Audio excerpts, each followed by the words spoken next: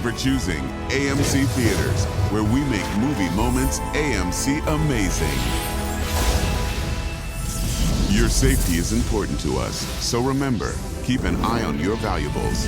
Be sure to report any suspicious behavior. And please take a moment to find the exit closest to you. In case of emergency, walk out of the building and move far away.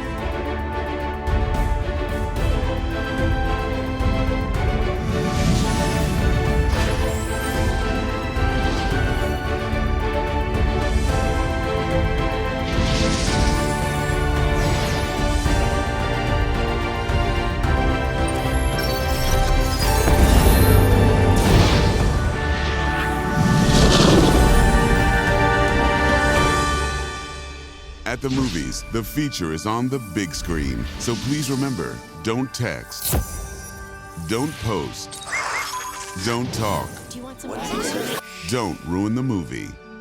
Thank you.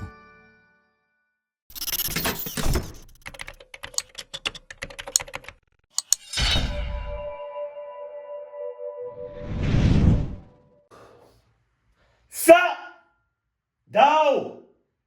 I do not have no popcorn because I'm missing a piece of the popcorn maker. I know where it is. I don't have it right now.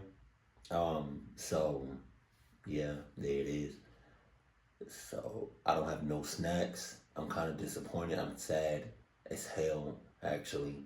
Now that I think about it, I'm saying it out loud. I'm really sad that I don't have no snacks for this long ass video. But I do have some Costco water. Some Costco. It's really good if you haven't tasted it. But hopefully I don't down this in seconds, and hopefully it lasts me a good majority of the time while we're here. But hopefully you got your snacks, your cuddle buddy, and your Adidas. I do got the seasonings though.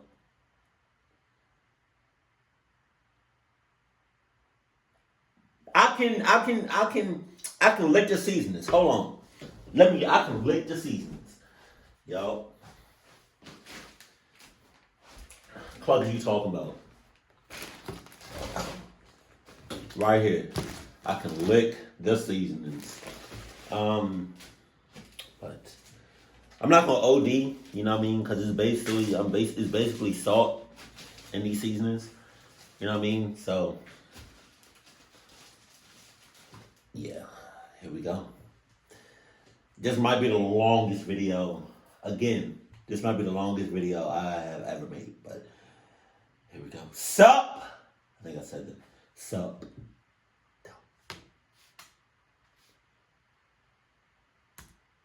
The following footage revealing a 15-year-old mass killer has never been seen before. We discovered his dad on the couch. Face was really pale. You were a stone, bold killer. 4 people have been murdered tonight. They're dead. You cannot lie to me. I will drag you down with this. What happened? You will go to jail for the rest of your life. I'm looking in the eyes of a stone cold killer. There's no remorse. When Nick Browning and 3 of his friends arrived at his home, they immediately knew something was very wrong. At first glance, the house appeared to have been burglarized. But when they discovered Nick's entire family murdered, no one could have ever expected the chilling and twisted truth behind their deaths. Wait a minute. He murdered his whole entire family? Oh my God. Shit. I thought it was just the dad. Oh my God. Oh my God. The 4 15-year-olds were Brian Finkel's, Taylor Tewksbury, Alexander Smith, and Nicholas Nick Browning. The boys spent time at the mall on the Saturday afternoon of February 2nd, 2008, before they were dropped off at Nick's house in an affluent Baltimore suburb of Cockeysville, Maryland. Immediately, the boys noticed that a door to the Brownings' house had been left unlocked. and it looked as though there may have been a robbery. When they entered the home, the boys found Nick's father, John Browning, a well-respected attorney, shot to death where he had been asleep on the sofa. They soon discovered that Nick's mother, Tamara, and his two younger brothers, 13-year-old Gregory and 11-year-old Benjamin, had all been shot as they were sleeping in their bedroom. Oh my God. After the police were called, the four traumatized boys were brought into the police station to give their statements about the haunting discovery. They were separated into different interrogation rooms while they wait for a detective to come and question them. Nick's three friends are important witnesses as they were there when the Browning family was found dead, and were also with Nick for most of the evening and the majority of the following day. The following never-before-seen footage has been analyzed by a qualified team, including a licensed attorney and former criminal prosecutor, a licensed clinical psychologist, and an individual with a Master of Science in Clinical Psychology. Thanks, Dave. So all of these boys were in cahoots, or was it just one? I guess we're about to find out, but here we go. The interrogator enters the room and introduces himself to Ryan Fingles as Dave instead of officer or detective. This is done to put Ryan at ease and make the detective seem less intimidating or authoritative. Yes. Oh, yeah. Good. Thanks for coming around here with us. It's kind of been a long day. Just need some basic information from you to Ryan, right? Yes. Which one are you, Ryan? Melvin? Yes. Andrew? What's your last name? Fingles. Fingles. Pringles. The detective is gathering basic background information from Ryan and is getting him comfortable talking. Ryan is in 10th grade, which makes him a minor, so the detective will have to be careful to make sure he understands his rights. Another detective uses a similar approach when he enters the room of 15-year-old Taylor Tewksbury. In comparison, Taylor seems very nervous, which is to be expected when being interrogated. I'm sorry. Some bad stuff has happened tonight. I need you to be 100% honest with me. Alright. I want you to tell me what's been going on and explain. Who are you with all day? I was with Ryan, Alex, and Nick. We were at Ryan's house in the morning because we slept over there last night. What time did you guys go last night? I went over there right after school. You got there after school about what time? Well, I went home first, and then my mom drove me over there around like 2:50 maybe. 2:15 or 2:50. 2:50? Yeah. He's giving a lot of details about the evening and comes across as truthful. Taylor is also facing the detective, suggesting that he is engaged in the interview. Okay, what did you guys do there last night? Mostly, we were playing cross stuff and then we played video games, basically. Watched a movie. What movie you watch? We were watching, what's it called?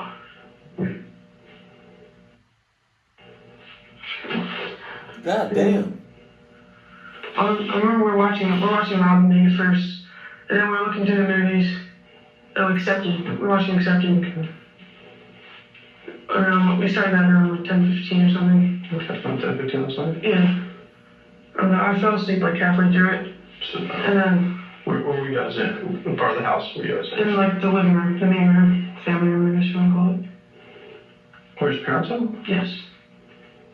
The detective begins the interview with Alexander Smith by being very upfront and lets him know he isn't in trouble. What's your last name? Smith. Oh, that's right. I just talked to your dad. Your dad's here. When you guys leave, I think he's gonna take care of the other boys, get them to where they gotta go. Okay. You nickname other nouns? Yeah. Street name or anything? Yeah. You play lacrosse for Delaney? Yes. Again, he gets basic information from him and builds some rapport with Alex by asking about things that are non-threatening. Meanwhile, Nick Browning eventually puts his head down and appears to fall asleep. Hey, Nick. I'm sorry it takes so long. The detective enters and immediately apologizes to Nick for the long wait. He does this to come across as friendly and to start building rapport. He also wants to let Nick know they are actively investigating and speaking to other people, so he might be less inclined to lie. No offense to you. Everybody comes in here, I gotta read their rights too, so I gotta read their rights. The detective is trying to put Nick at ease by saying that he has to read the Miranda rights to everyone. By making this seem like a very ordinary thing, he's less likely to start off being defensive. The detective reads Nick his Miranda rights and has him read them back to him to make sure he is literate and is listening. Because Nick has no priors and is a minor, the detective needs to take extra care in making sure he understands his rights before he begins interrogating him. Can we talk a little bit? Can you sign that here for me? Yeah, signature. Yeah, I'll get over it, trust me. The detective intentionally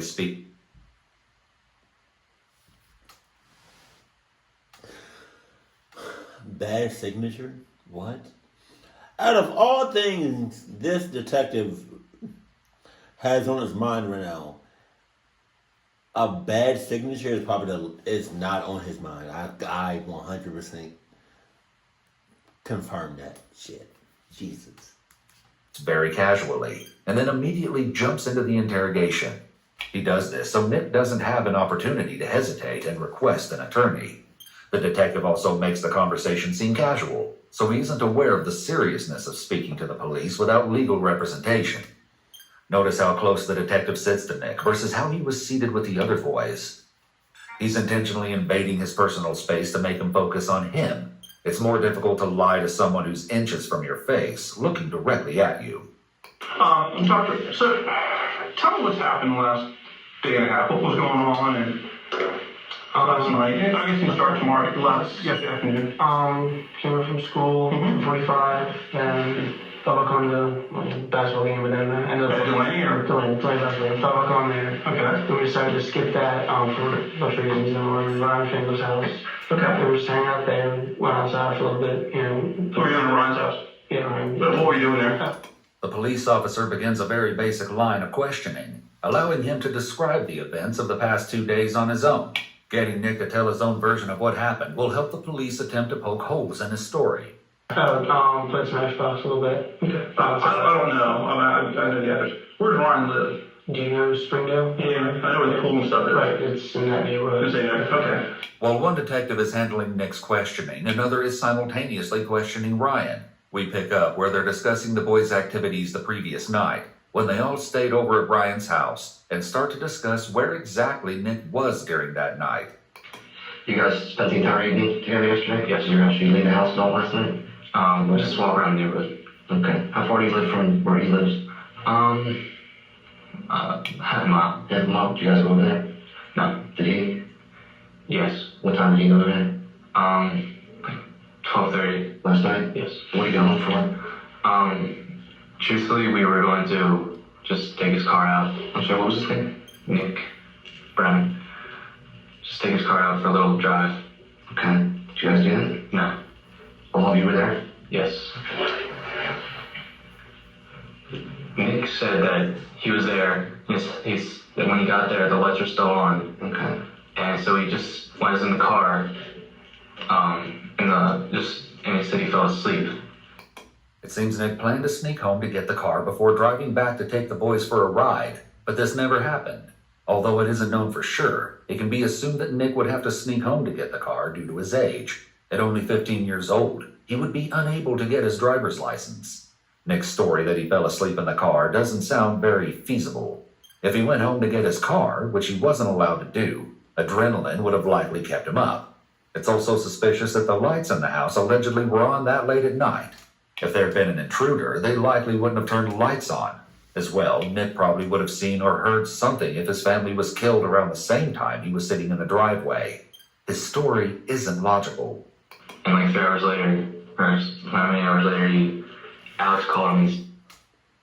I'm trying to use the natural sunlight. Yeah, you can still see me. Because it just dimmed like hell. I don't want to have to use... I don't want to have to leave. What? Shut up. Where he was. He's like, oh, I fell asleep in the car, and then he came back to my house.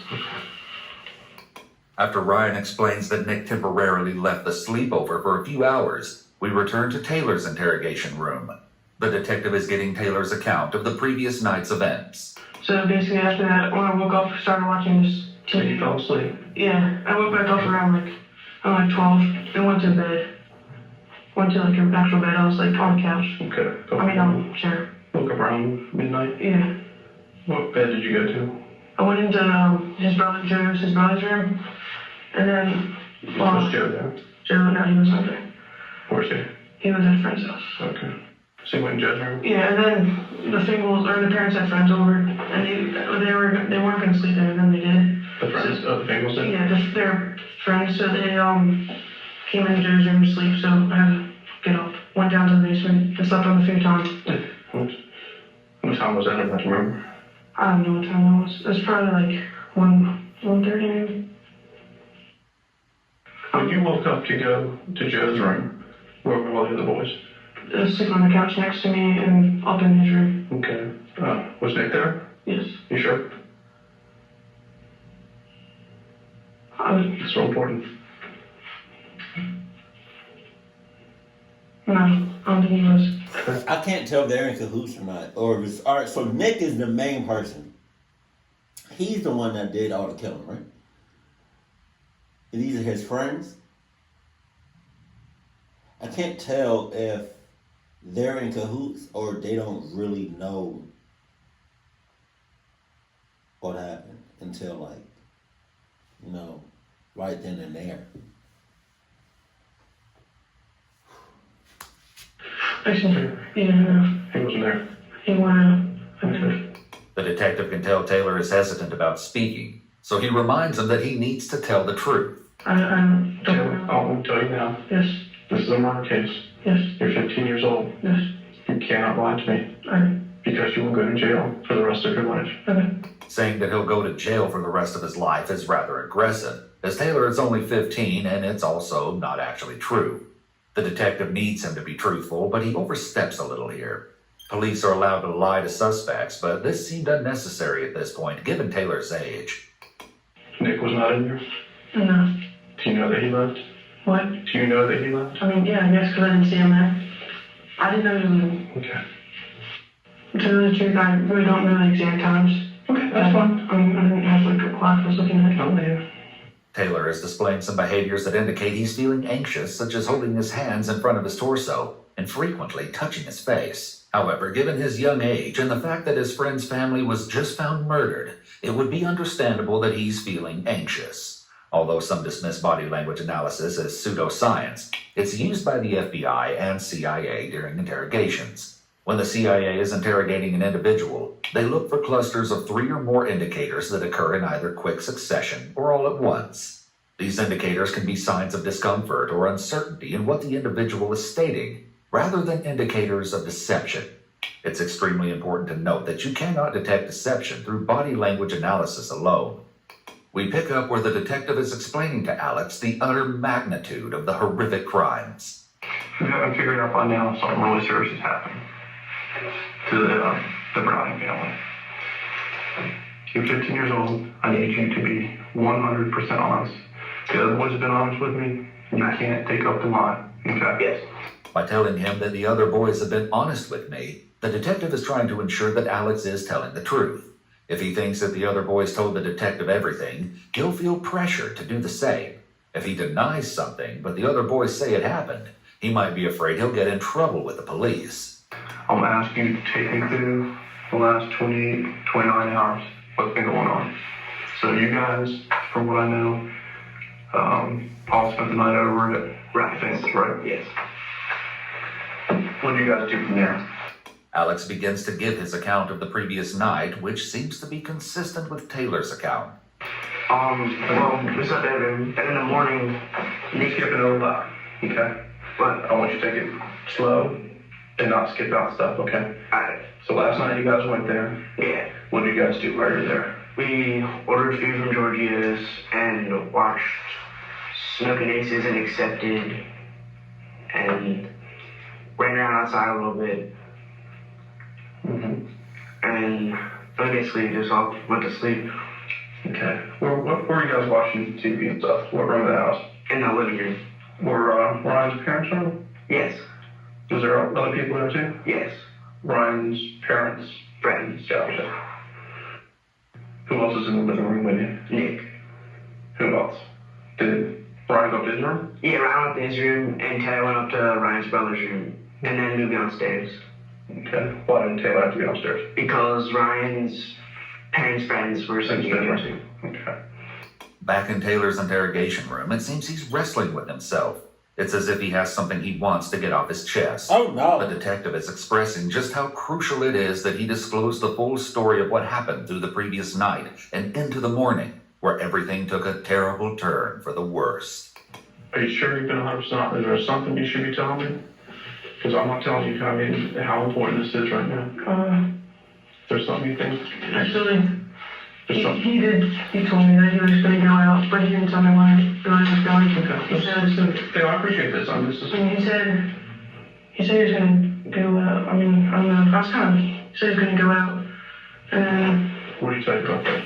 As he talks, Taylor picks up the water bottle. Picking up the water bottle suddenly has to have some meaning because this happened precisely when he was telling the detective about Nick having gone out. Ryan does the same thing when he seemed uncomfortable. Based on behavioral observations, Taylor and Ryan appear to know something, or have strong suspicions that Nick was up to no good when he left the house. He was going out to do what? He told you something. Well, he said he was going to go and, Taylor is looking down and avoiding eye contact, showing that he's clearly nervous, revealing what Nick told him he was going to do. he said he was going to, since he got in his, Notice that the detective leans in very close to him when he starts stuttering and hesitating. The detective is mirroring the boy's body language, which is a nonverbal rapport-building technique used to make them feel more comfortable and friendly with the detective. Typically, mirroring behavior is something you can observe between people who are close and comfortable with each other. Although we can't know for sure, and he can be displaying this behavior subconsciously, as the majority of people do, the detective seems to be using this technique quite intentionally throughout the interrogations in an attempt to make the group feel more at ease, friendly, and willing to share any information they may have. Point out any mirroring behavior you catch throughout the interrogations with timestamps in the comments. something like, take the car, but he ended up, take his parents' car. it's his car. Taylor continues speaking, but becomes more obviously uncomfortable. He stutters slightly and starts to cover his face with his hands while speaking. He fidgets and frequently touches his face, which is a self-soothing behavior. He's likely feeling very anxious, possibly still feeling torn about whether to be loyal to his friend or be honest with the detective. Again, this is another pretty strong indication that Taylor may not be telling the whole truth. The question is, why would he risk himself just to try and protect Nick, given that the crime here is something so serious? He just told me he's going to, might take the car. He went Did you say there. we were going to go with the car? No, he did not. He said he's going to, and next thing I knew it, woke up, and he said he fell asleep or whatever. Okay. So he said he fell asleep in his car, and then he walked back, I guess, or biked. I don't know which one he did. Okay. And that's, Okay. I'll let you think a little bit. I'm going to come back in and talk to you, okay? You think? I need to fucking breathe. Once Jesus. alone, Taylor looks rather uneasy. I need a whole pack of water. That's what he need. He need an inhaler. He need a pack of Costco waters. He needs some more shit. He need all in the whole nine. Shit. It looks like he not telling the whole truth.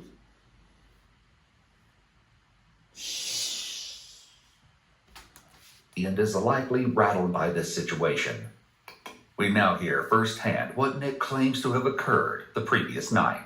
And then at around 1:30, stupid me, I went back to my house to try to get the car. Nick says stupid me to make it clear that he knew it was a bad idea and to appear to the officer like he's a good kid. And the keys were, where my parents were, the lights were on in the house. Notice how Nick taps the table while talking in an attempt to emphasize his points. However, these taps appear mistimed rather than aligned with his statements. And the keys were, where my parents were, the lights were on in the house. Typically, these sort of illustrators will line up with a person's statements when they're being truthful. But Nick's are all off, and at times he isn't even hitting the table. This is also known as incongruent body language, or when someone's words and body language don't match. According to the body language panel, these are known as misplaced or mistimed illustrators and can be a cue of deception. And so I didn't want to take the car out, so because the lights were on, you know, so worried. And so I went in the car and started, I'm going to go to bed in a half hour and the lights will be off. So I was sitting there and I fall asleep. Then I get a call from Alex around, I think, 5 in the morning. Okay. And then it wakes me up. And then, I slept the car and the lights are still on in the house. Okay. And it doesn't make sense now, but, So what did you do? I walked back in. It's 5 in the morning. Okay. So did you ever get inside to get keys at all, or? No, I was on that car, but never inside the house. Okay. His casual demeanor is somewhat unusual, given he's just found his entire family murdered. However, it's possible that he's currently experiencing feelings of denial and hasn't fully let the truth sink in, which could somewhat explain why he appears to be acting normally. My ass! Nick speaks in a much more mature manner compared to his 3 friends, who definitely sound more like kids. Did you walk back to Ryan's house? That and I got How hard is it, man? It's hard. It's probably like 20-minute walks. And, Alex now gives his account of the sleeping situation at Ryan's house, which is a bit different than what the other boys had to say. Watch his story begin to evolve as he fills in some of the missing pieces of the puzzle. So you and Nick slept in the living room? Yes. You're 100% sure, you can be perfectly honest with me, that Nick was in there with you? Yes. The whole night? Yes. Alex denies that Nick left the house that night. The detective already knows this is untrue. Alex may feel like he has to protect his friend by saying that Nick was sleeping in the living room the whole night. At that age, one's peer relationships may be the most important thing. Friends' opinions and thoughts are often held in higher esteem than that of one's own family. Okay, I'm having 2 people tell me he left the house. This is a murder investigation. 4 people have been murdered tonight. You don't want to start lying to me right now.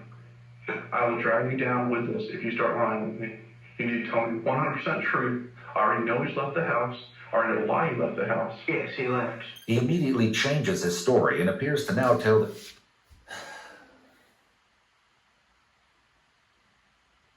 You a cluck ass. truth. The boys may have decided together to lie about Nick leaving the house prior to being brought into the station to protect their friend. Saying that he left the house would obviously make him look guilty. Tell me what happened. Well, Nick was leaving the house because he was going to take his car out. So when did he tell you that he was going to go over there? He said he was going to leave at 12:45. What were you guys going to do? Drive around? Yeah, just drive around. Do you have anybody to go visit girls or anything like that? No, they were just going to drive around. Okay. What happened after that? Well, I fell asleep around 1. Okay. And then, You stayed on the yes, and then I woke up around 5, and I called Nick to see where he was, because he said he was going to come back and wake me up when he had the car, but Okay. he never called, so I called him. He said he was walking back to Ryan's, and he was lost, and I told him how to get him. And he said he was going to go in the house and get the keys, and he fell asleep in the car. I understand. He said for about 3 hours, I guess. It's hard to tell if any of these boys suspected something, or maybe even knew more. Alex's behavior here is similar to Taylor's, except that he seems to lie more overtly about the living room situation. Back in Ryan's interrogation room, the detective receives the same story provided by Taylor and Alex. Tell what happened. What's your This is Taylor. I feel like he might slip up and say something. Or, I don't know, he just seems more like on the edge. You know, just say it! Just say it, man! Come on! Cause I'd be damned if I spend even 1 day in jail. My ass, I'm letting it all out on the table. Upstairs, we ate breakfast or lunch. And then, let's see, Nick went upstairs, took a shower. And then what? When Mr. Peck came, Alex drove us back to Nick's house because we were going to be there for the night. And he wanted inside. I'm not, like, when we were waiting, he was worried because he said, he was calling him, like, all morning. He started calling him at, like, 11. And, he was, like, worried. He kept on calling, like, all the phones, leaving messages. And no one picked up. He was, like, getting worried. And, Taylor reaches down as he's speaking and grabs his water bottle, which is a sign of his nervousness. He also repeats a few times about how Nick was getting worried. He seems to want to emphasize Nick's concern about his parents. Because he said that his mom was going to take him up at like 9 to like clean the house, 9 in the morning, and she never did. Yes, and he was calling, and I don't know. I guess he's just shooting her out somewhere. And in the course of this, I've been calling my parents all day, and they haven't been telling me stuff. From the cell phone? So originally from Ryan's house phone, and then my phone a bunch of times. Okay. There is a very specific reason why the officer asks about Nick placing calls to his parents and brothers, to compare his statements regarding his calls with phone records. If the police get these records and they're inconsistent with his story, they can do two things. 1, convince a jury that he's not telling the truth, and 2, convince Nick to confess because his story doesn't make sense. Any idea what happened? The detective wants Ryan to explain exactly what occurred earlier that afternoon, leading up to the horrendous discovery of Nick's slain family. Me, Taylor, Nick, and Alex were at the mall. We came home. Mr. Pat drove us to Nick's house because we were going to be there tonight because they were all at my house last night. And when we got there, Nick was already worried because Nick's parents always like call him and stuff and check in, and they haven't since. He hasn't talked to him since like 6 yesterday. And he's getting all worried. So like when we got back there, he was just all sketched out about stuff. He's holding his hands in front of his body as he describes what happened, which could be a self-soothing position. This is likely the first time he's been in a police interview room, so it's understandable that he may be feeling anxious. They begin to discuss the 4 boys' arrival at Nick's house earlier that afternoon, after their trip to the local mall. So you guys get to back home. What happened then? Yeah, and I opened the garage door. I walk inside. How did you open the garage door? How do you do that? Totally code. Is there? Oh, okay. For the outdoor code, right? The garage door opens or something. Okay. And so I walked inside, and then the doors were locked, which is weird because when my parents locked the door. Which door? The door in the Door into the garage. kitchen? In the kitchen. Okay, from the garage to the That kitchen. was locked, so I figured it would be locked, but it wasn't. So I walked in, and I saw my father on the couch, and that's sort of okay. What did you say about that? I know stuff, but what did you say? I saw he was on the couch. There was blood on his face. It's notable that Nick doesn't seem the least bit upset or emotional while discussing finding his entire family murdered, or when he saw blood on his father's face. This would have been an extremely traumatic event for him. I'm saying, he over there talking about something. Damn. Yeah, I saw some blood on the side of the face. I mean, went upstairs. Saw my mom. Now she on her back. You know what I mean? Blood coming out the side. Ain't not much to it, you know what I mean? No. Then I saw my siblings, you know, look like they were just shot in the head. Just saying, like, that shit crazy, you feel me? Like, who does something like that? Like, shoot them while they sleep? That shit crazy. Oh, man. That's,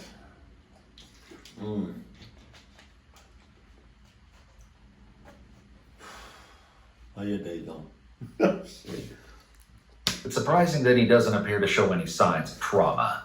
He hasn't cried, expressed shock, or even been at a loss for words. He does lower his voice and mumble a little, but this change in volume and speech may be out of fear and not wanting to discuss the crime. It's possible that he's keeping his emotions inside or putting on a brave face. We don't know his typical behavior, so keeping his emotions inside may be normal for him. Okay, what did you do after that? Then we talked to Mr. Smith, and he came in the house, and he called 911. Then I went upstairs at first with my mother and my 2 brothers. I saw them. We don't know Nick's diagnosis, but this lack of emotion, despite talking about his entire family being dead, is typical of individuals with antisocial personality disorder. Please note that the people involved in this case have not been formally diagnosed with any mental illness, and the psychological analysis is not based upon a formal assessment. We discovered his dad on the couch, like bloody, his face was really pale. And then we got Mr. Pat, who's about to drive away. He came in and then he pushed us away from like the dad. So Nick went upstairs, found his mom in the master bedroom, and his two brothers in their bedroom, like all bloody. And I was up there too with him. And Alex was down the hall, and I just took Nick and just brought him outside. Okay. Alex gives his take on the disturbing discovery of Nick's deceased father. I just stayed right by the stairs when you walk in. I didn't want to see anything. Okay. And Nick just said he saw blood. And then right as my dad was pulling off, I stopped and. Did you see his dad or anything? I saw him on the couch. So right outside, we got Mr. Smith. Okay. And he came in and he's like yelling. He's like, John, you okay? And so I gave Mr. Pat the home phone and he called 911. And Nick went upstairs and looked at his brothers and mom's room, and they had like blood on them. You said Nick ran upstairs? Is that what you said? Nick went upstairs. Nick went upstairs? Yeah. You want to see where everyone was. So we all went outside when Mr. Pat was on the phone. When you went outside, where'd you go? He stood behind Mr. Pat's truck. Did you guys go to the back of the house at all? Yes. We all ran around back. What did you see back there? We were going to see if there's any signs down there. So he opened the door and he saw the Xbox and his Who's speaking, sir? Nick. Okay. He saw the Xbox and the Wii like on top of each other on the pool table. The Xbox being left behind makes a robbery much less likely, as that's something a burglar would likely take, especially if it was sitting out so visibly. Burglars also rarely kill their victims and will more often than not leave if they discover the house is occupied. Alex clears up details about Nick's outing in the very early morning hours that day. His account is about to further incriminate his friend Nick. As far as you know, did Nick ever, did he tell you to get driven around at all last night? Nah, he said he didn't know. Okay. But then today at the mall, he said he couldn't get the keys and he pulls the car keys out of his jacket. And he said he said they were just in there, he didn't even know. In his pocket? Yeah, in his jacket pocket. Okay. Nick had alleged that he never got the keys or entered the house, which is now contradicted by Alex. Is there anybody else in your family? No. Okay. How about grandfather or grandmother? Your grandfather lives In a deep creek. Does he live there or is he just there for the He weekend? lives there. Full time. My grandmother lives in Ellicott. How old is he? Your granddad? 73.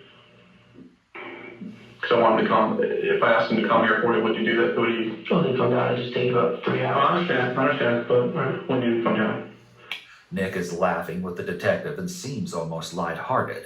Most people would certainly lack the ability to laugh so easily. However, people can process trauma differently, and it's impossible to know how Nick is truly feeling inside, as many individuals are very good at hiding their emotions. All right, let me work on that real quick. And I'll come in and talk to him a little bit. Okay? You need anything else?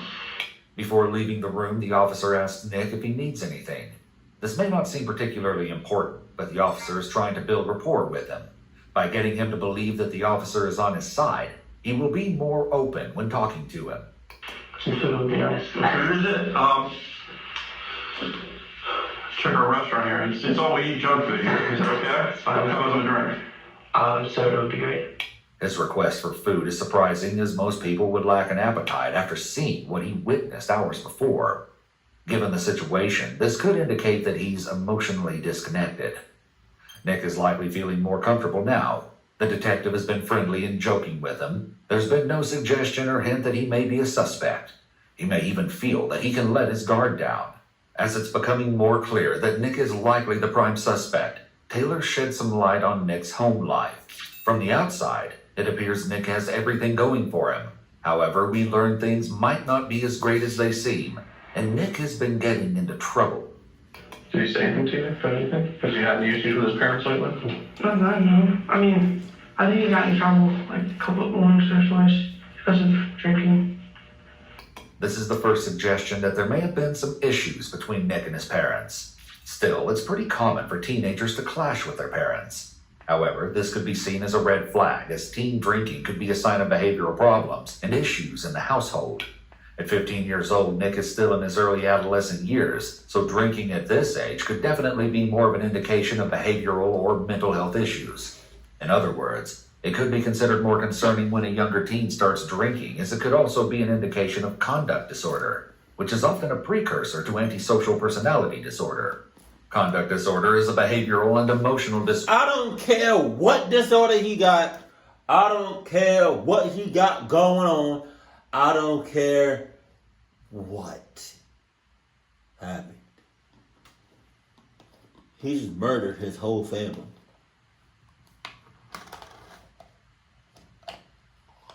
Nah. And then you want some food?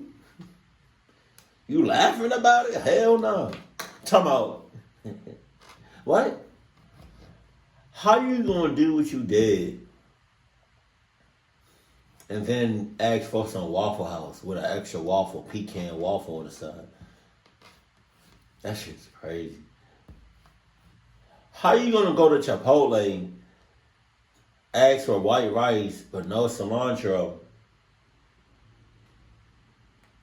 beans, chicken, queso on the side,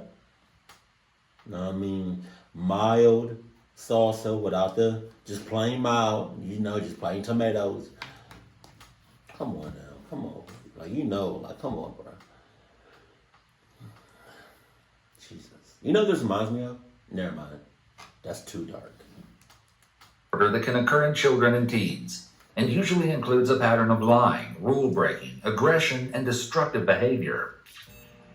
Did you see a gun with Nick at all last night? Did you have a gun? No. Are you sure? Not that I saw. I've not seen Did it. you say or talk about a gun last night? No. Are you 100% positive? Yes. Okay. Do not talk about it. Have you touched a gun in the last 24 hours? I touched an airsoft gun. Yeah, a real gun. No. Okay. Has Nick ever said anything about his parents abusing him, mistreating him, or anything like that? Nope. Taylor appears confident in his response when asked if Nick ever mentioned being abused by his parents. Ran out, gets food, time. The detective comes back and acts very friendly, asking questions unrelated to the crime to rebuild rapport with Nick. He wants him to get comfortable talking with him because once a suspect begins talking, it's much easier for them to continue. It will also help him to let his guard down. How you like it there? Yeah. Good high school. Yeah, good student or? Yeah, good student. Like a good student. How's your golf team? Good. We won counties and then lost regions, but good team. You can see Nick smiling. His demeanor is extremely troubling and unusual for someone in his position. Nick is frequently touching his face, which can be a self-soothing behavior. Even though he appears to be chatting normally with the detective, it's apparent that he's not truly comfortable with the interview process. Talk about your dad. What do you do for him? Lawyer. What kind of lawyer? Or rented houses? The detective asks him about his father in a very casual manner to see how he responds and to gauge his feelings towards him. He's trying to see if Nick's response aligns with what his friends will say. What part of Boulder in Marlon with Henry? What do they do? How long? He's a business lawyer. Oh, wow. She had a property management sort of side business, more of standard amount. Oh, that's cool. Cool. You get along with them okay? Yeah, great. Just try to get to know. Right. It seems like he wants to avoid discussing any issues he had with his father to remove a motive for him being the killer. Got any enemies or anything, enemies or problems or problems? No, I don't think so. The officer isn't asking these questions because he actually thinks enemies or problems at work caused the murders. Rather, the officer is once again trying to get Nick to let his guard down by making him believe that he isn't a suspect. You ever talk about anything that's going on at work that Not in bad. Just lock him up on sustenance. And then I'm not saying lock his friends up on sustenance. I'm just saying lock his just put his friends on patrol, like house arrest or something like that. Just for association.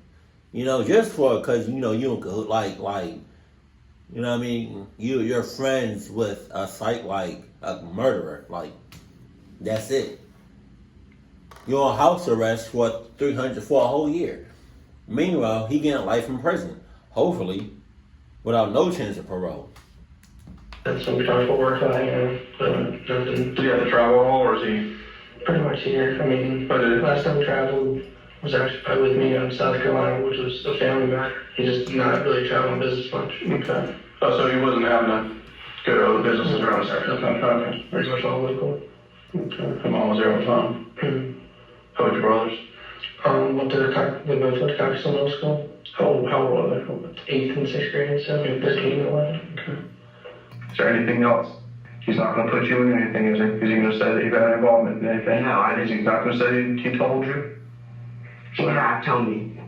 The detective knows Alex already lied to him once, so he needs to apply a little more pressure like he did with Taylor. It's noteworthy that the detective basically takes an identical approach with all the boys. Are you 100% sure? I don't want this to come back and bite you. I'm 100% sure. Do you know anything else you should be telling me right now? No. I won't let you think about it for long. Make sure. Alright. Because this could come back on you hard. Yes. The detective leaves Alex alone to let him digest the entire situation and to consider the seeds the detective planted about how serious this situation is. Alex appears to have taken what the detective said very seriously, because he immediately offers up some important information when the detective returns after about 10 minutes alone. But I do remember one thing to tell you. Nick told his little brother to keep the door unlocked for him to come in last night. He may be worried about whether he could get into trouble, especially if he gets caught in another lie. It appears that he's now being honest and cooperative. I remember Nick told his little brothers how he was going to get him to keep the basement door unlocked. That's how he was going to get in. Did he call his little brother? Yeah, he called him. And that's how he's going to get in Yes. the basement door? Yeah, the slider. Like a little pull table, is that kind of Yeah, stuff? yeah, that. That's wrong for him. I should remember that. That's cool. Thank you. The detective returns to confront Taylor with one of his lies to further impart on him the fact that he needs to be totally truthful. Do you remember at one point Nick calling his little brother? Yeah, he called his brother. What did he tell him? What did he ask him? Brother didn't make up. How about before that? Did he get home while his brother said leave the back door open? Yes. He did. Alright, that's the stuff, man. You can't keep doing that to me. You gotta be 100% true with me. Alright? Yes. Okay. I don't That's think what the night after. Okay. At any point. I want you to think about it. This is the murder. 4 people have been murdered. Yes. 2 little boys, a mom and dad. Yes. There's nothing more serious than this right now. Okay. Think about it. I'll be back talking to you later. Don't let you lie to me. You don't want that to happen to you. I thought you were talking about Okay, that. I understand. I'm sorry. Taylor's claim that he misunderstood the questions may have been true, but either way, he appears to be even more nervous now. Again, the detective leaves him alone. When you got home with Mr. Smith, right? You went upstairs and you guys went outside apparently. Right, went outside. Where did you go? Went out to the back, and that door was unlocked. It was unlocked. It was unlocked, the basement side door. Is that characteristically locked also, or did it always? 75, that's not, because that's sort of more the kids, basements. That's probably, Okay. it's more or less, it's not locked as often. Okay. Man, if you had to make a guess how someone got in the house, how would you? Probably that basement. When did you see your parents last, or talk to your parents? When did you see your parents last, I should That ask? was when he dropped me off at Brian Taylor's house. So Greg was in the parents, in the car with the parents when he dropped you I off? was in the car, but stayed at the house. Okay. You got dropped over to Ryan's house. It's shocking how casually Nick is talking about his parents and brothers, given that he just found them dead. Okay. Did you talk to him by phone at all that night? The plan was they were going to pick me up at, I think, 9 o'clock the next morning. Okay. What was that? You guys had something to do, or? Just clean the house, actually. Okay. Did you talk to your brothers at all? No. All right. Okay. What time did you start calling the house?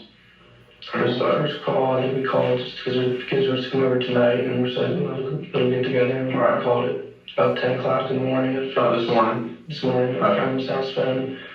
I called their cell, where I called all the numbers. Greg's cell, my mom's cell, dad's cell, work, even our deep freak house. Okay. It doesn't really make sense that he was apparently so worried about his family that he called multiple phone numbers to try to get a hold of them, even the home phone of one of their other houses. But he didn't just go down the road to see if they were at home. His friend's house was close to his own home, so he could have easily walked there to check on his family much earlier in the day. Did they try to call you at all last night? Nothing that you missed or messaged or is there text on yours? Any text from them or whatever? Okay. So what time do you think you left Ryan's house to go back to the house to get the car? You got to guess. 1:30. I just found out with the clock. 1:30. How long did it take you to get over there? I'm exactly sure I got lost getting there. I could probably guess around 3.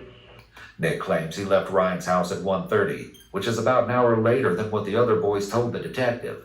He also states that he didn't get to his house until 3 a.m. He may be intentionally giving an erroneous timeline, so it doesn't line up with him being at the house when his family was killed. I noticed we're being told there's a gun locker in the house. In the Basement. What kind of guns your dad has? 2 pistol, 40 caliber, 9mm, a little. Do you know what kind they are? I mean, do you know guns at all? A little Smith & Wesson, 2 brothers Smith & Wesson. One was a gift from our uncle, who is the pistol they use on Boeing 747 things. Okay. So one of those, and then 30-06 rifle, a couple shotguns. You guys found it all, or just? P-guns, I found a couple times, more clay pigeons, we shoot those at Petite Creek. Okay. So pistol-wise? 9mm, 40 caliber. Is it something 38 special. Is it a revolver? I mean, it's different. There's a revolver. It's probably like a 2-inch barrel, and then there's this World War II old pistol. Okay. With this question and his answer, the police officer is establishing that, at the very least, he had enough knowledge of the gun locker that he could potentially use the guns inside it. This adds to the likelihood of him being the shooter.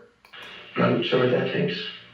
Oh, so there's 2 lockers, is that true? Yes, there's the rifle case, and then there's the ammo / pistol case thing. Okay. So it's 2 different cabinets, I think it is? Yes. Okay.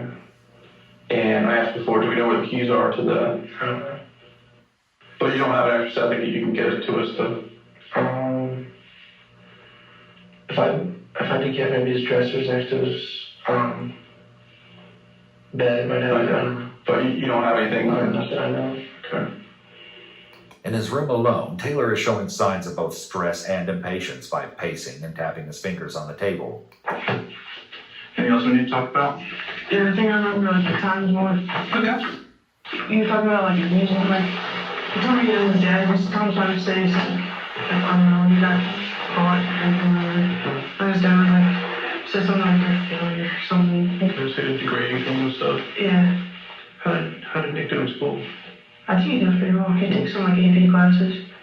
Mostly GT, I think. Okay. Nick was likely smart and a good student if he had AP classes.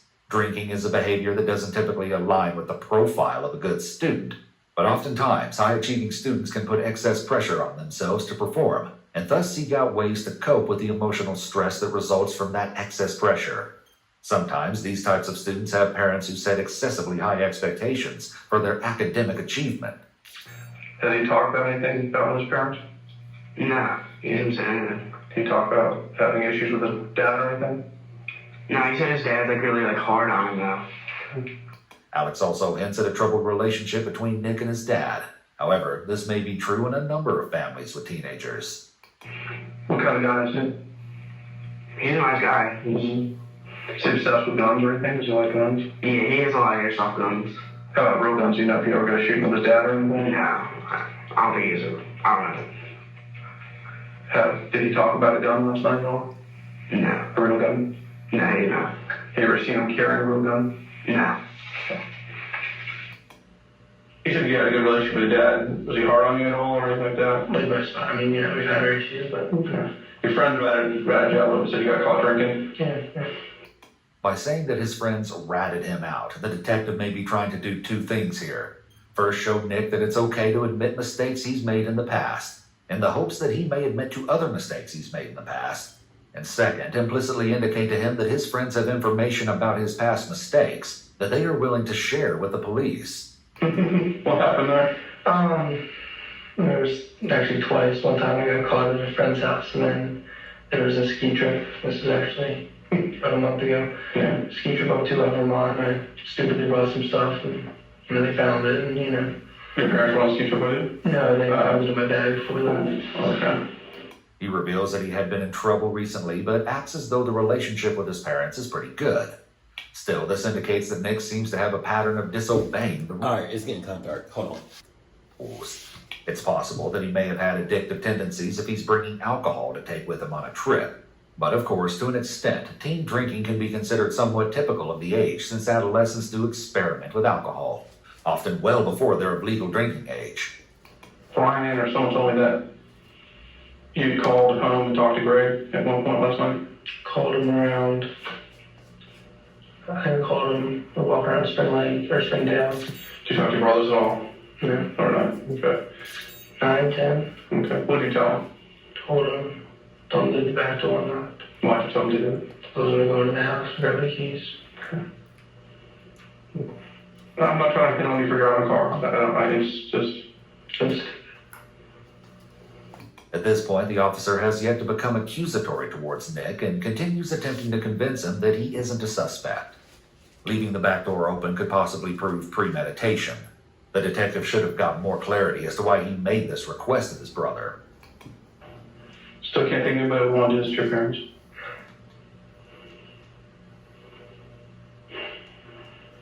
How about away from work? Any issues, neighbors, or There's Bobby, something in the front of it. Not, this is just a really shot in the dark. He's had some cops from the house before. He's sort of the neighborhood goof?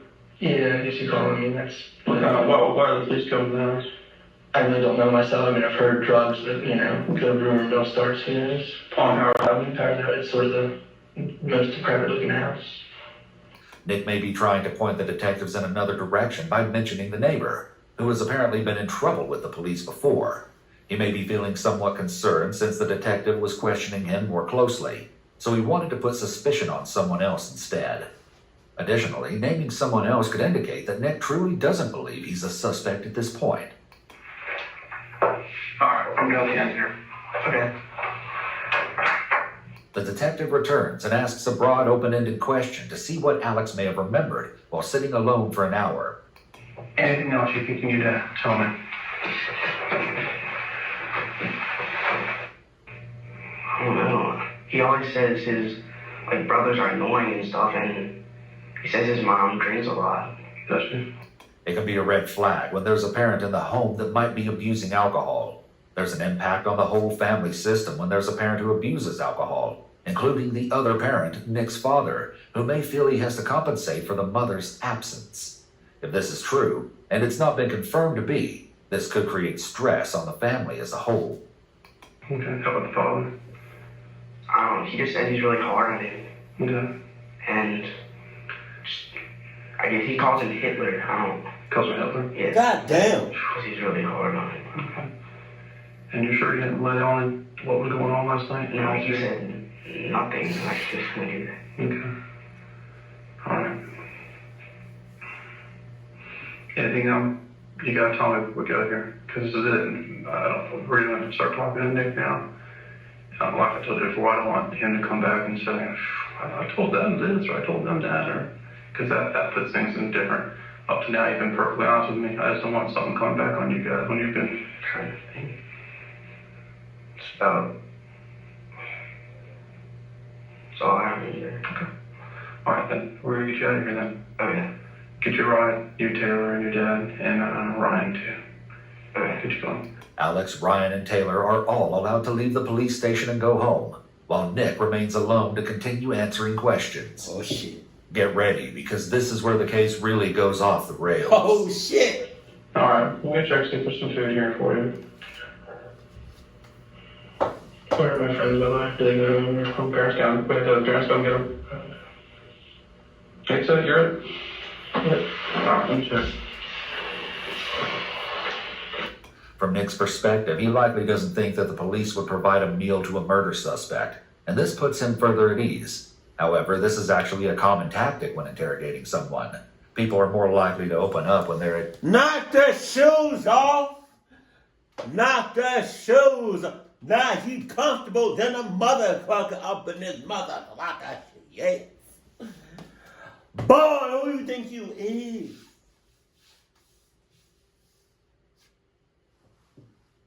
Who do you think you are?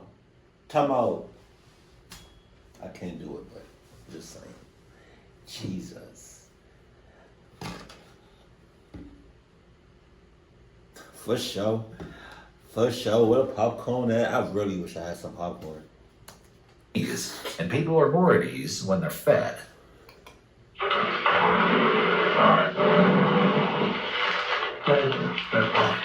I would have walked in, and I was the detective, and I saw him with his shoes off and his feet in my shits.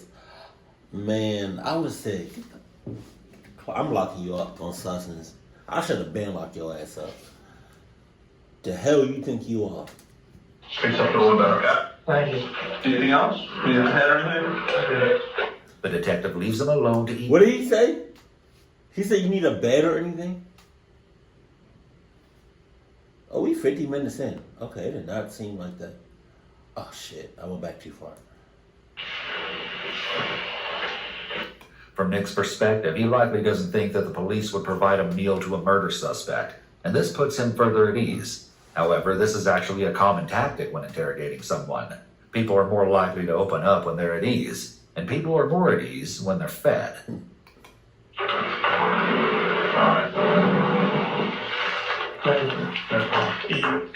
Fix up a little better, yeah. Thank you. Anything else? Need a head or anything? Go back. Go back. Okay, need anything else? Need bathroom? Wow, okay. I thought he said need a bed or anything. Okay. Anything else? Need a head or anything? The detective leaves him alone to eat the food he requested. After everything that's happened to his parents and brothers, Nick is able to eat a burger and fries. After he's done eating, Nick moves to a different chair and lays down with his feet up. This shows he feels at ease and relaxed, which is abnormal. It also shows a disrespect for authority. Most 15-year-olds... I'm saying, Jesus, man. I couldn't be no detective. I couldn't be a policeman or something. Like, if you sus, I'm locking you up. I'm sorry. And you getting 15 to life. Sorry. Damn, he's been there for 1 hour and 16 minutes. Shit. He is really comfortable to find out that his whole family got murdered. would be afraid to put their feet up and lounge back like that in a police station. He's acting like this is his living room. This could be an indication that he completely does not care about the serious events unfolding all around him. This could also be an indication of a sense of entitlement. Again, this shows a complete lack of concern for what has happened to his family hours ago. Nick has been left alone in the room for over 25 minutes. Hey, Nick. This is my partner. Nice to meet you. The officer re-enters the room and introduces his partner, another police officer. I've been a cop a long time. I'm in homicide. I've been here a while. Stuff's just not adding up for me right now. With you, okay? Okay. This is the first time that the officer has become accusatory towards Nick, and his intricately woven story is just about to fall to pieces. Tell me why your dad was so pissed at you yesterday. All your friends are saying that your father was uncharacteristically dislivid with you yesterday. The detective may be lying to him about his friends saying his dad was mad at him yesterday, as that was not mentioned in any of the 3 interrogations. The detective likely wants Nick to believe that his friends turned on him, so that he will feel he has no choice but to admit the truth. I mean, I see what he wants to see the parents around. But anyway, What now? yes, when we drove to Fingal's house, he went to the door and make sure the parents were around. Okay. So everybody's saying that he was ticked off, but what's he mad about? It wasn't okay. Is there a reason they would say that? What? Is there a reason that they would say something like that? He's not really nice though, I don't think. That's not. They said it was uncharacteristic for him. That usually when he does see them, he's always pleasant. That's why this particular moment stood out to them. I mean, they didn't see him. There was no person. Fingal's saw them, so I'm not sure what they're basing their experience. I'm just not what they're saying. They didn't see him except for Ryan. Okay. So you're saying he wasn't upset? Yeah, and even if he was, they wouldn't have seen him. It all would have come through me. what they. So, Alright. but Nick, things aren't adding up here. I don't understand some things that happened here tonight. I think you had something to do with what happened tonight. If he were innocent, you might expect him to immediately and strongly deny killing his family, but he's silent. His mind is likely racing, as he may have thought he got away with it since the detective was so personable, and the interview was very non-threatening in the beginning. I think that you killed your family. Oh. And the thing is, the more you lie, the deeper it gets. The implication is that if he were to come clean, he could receive lesser punishment, and that if he lies, his punishment will be worse. Nick has already waived his right to remain silent and hasn't since invoked that right. There's got to be a reason why you did this. The officers say, we need to know why, but legally speaking, they actually don't. Although a motive may help a grieving family receive closure, proving a motive isn't actually legally required to prove murder. You just have to prove that the suspect killed a person and had the intent to kill that person. While it's true that judges can't use a criminal's honesty in determining an appropriate punishment, punishment for first-degree murder can only be so lenient. So the officer's statement isn't entirely accurate. Even then, it's actually not illegal for a police officer to lie about the effects of confessing, so long as the suspect has waived his rights. Why you so quiet, Nick? Nick, why you so quiet? Man up, Nick. Damn. You ugly ass piece of mother cluckers. Man up. Be a person of it, you know what I mean? Say what you did. So we all go ahead about our day. Cause granted, this interrogation video was edited. They have been here for hours. Damn near half the day. Say something, Nick. And on me, Nick, on me, on mothers, if you say some bullshit, I'm smacking your head. I'm locking you up on substance. Your family, we need to know what happened here. There were happier times. The other detective holds up what is assumed to be a family picture, likely trying to appeal to Nick's emotions. Nobody broke into the house last night. Joe. Yeah, it had to be you. Nobody else did this. You know where we found the keys to the gun locker? Where? You tell me. You know where they are. We searched the house. Yeah, you know. They're under your mattress. In your room. God damn. The police may not even have this evidence at all. It's a common tactic for police officers to tell a suspect that they have some sort of smoking gun evidence, even when they don't, to get the suspect to believe that confessing is their only way out of this situation. On the right side of the bed. Nobody You put them there. Nobody broke into this house. You went into that house. You called and had your brother leave the door open. The officers recall that Nick called Greg and had him leave the door open. Because the first officer allowed him to tell his own version of events earlier, he now has something to convince him that lying is of no use. There's no other explanation. Yes, you You did. did. And the more you lie, the deeper it's going to get for you. You're 15 years old. You really do still have a life ahead of you. But the more you lie, the deeper it gets for you.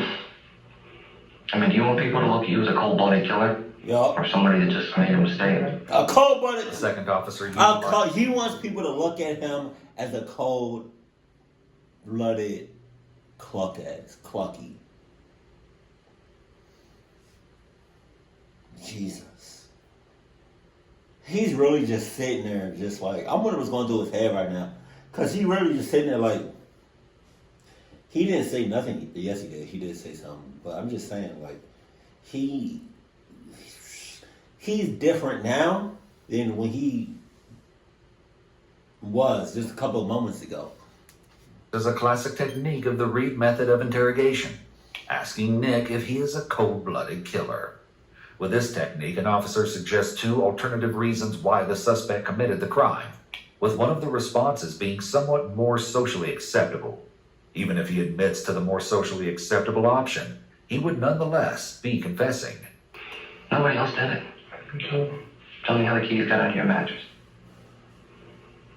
Nobody broke into your house. Who killed your family? The one got missing is a 9mm.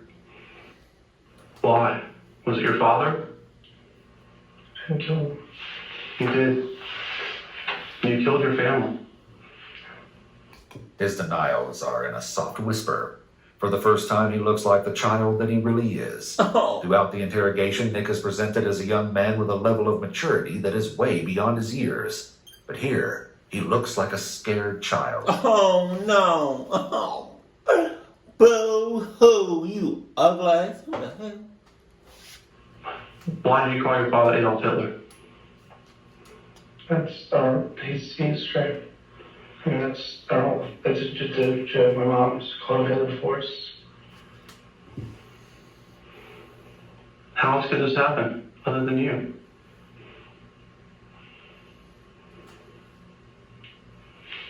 It was. And saying that isn't going to make you go away. Right now, you're a man. You've got to fess up to this. I couldn't. You did do it. As we speak, we're developing more and more evidence that you did this.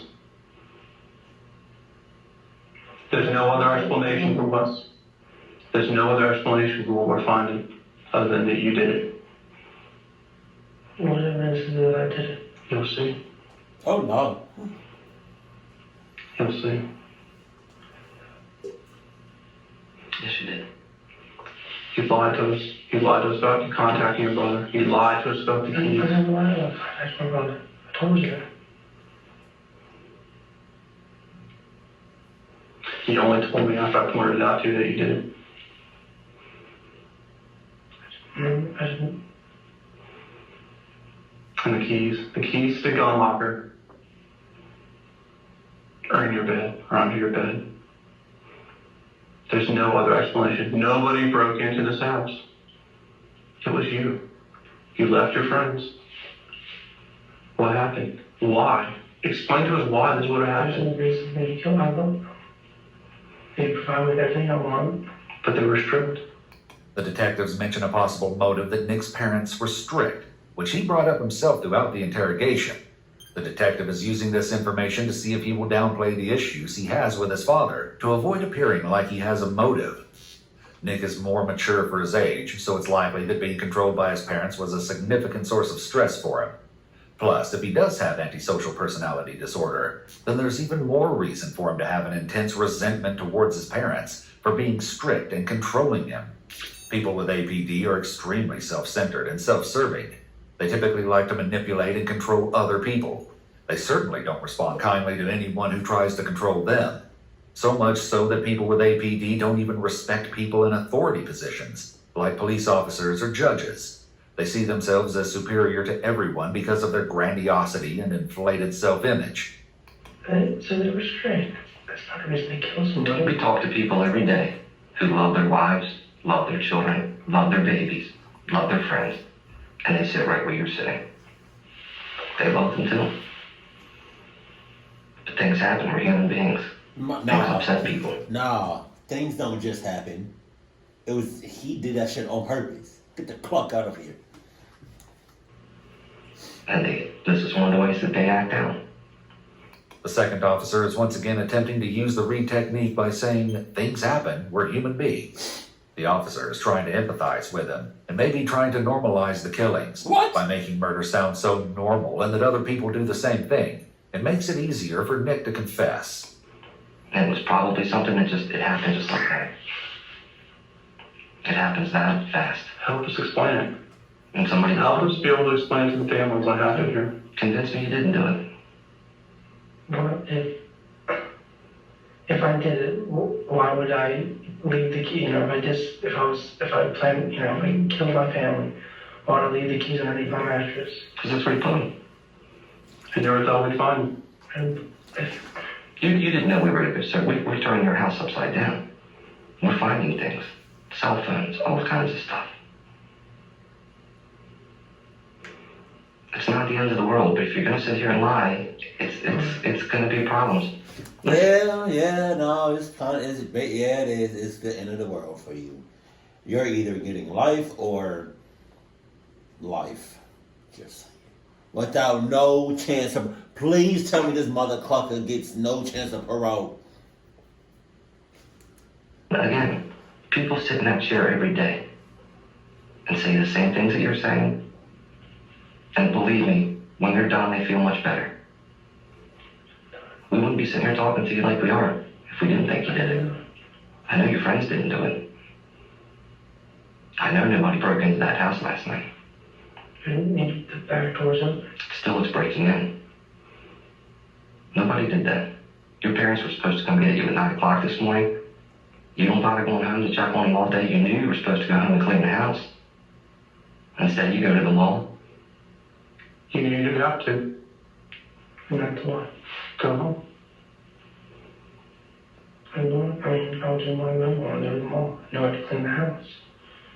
So I didn't want to do that. So I thought I'd call them, left messages, and they couldn't be mad at me. Why didn't you just walk in? So I went to the room, then was in the house. Doesn't make sense. Why not? What? Because your parents are strict. Right? You know what you were supposed to do. And yeah, my parents, but I still make mistakes. I mean, That's not a mistake. no, not the. I mean, they're strict, but they're not that. For example, so 3 weekends ago, the alcohol that I told you about, I wasn't around for that. Obviously, I wasn't. I was at a friend's house 2 weekends later. I mean, they can be strict, but they're not.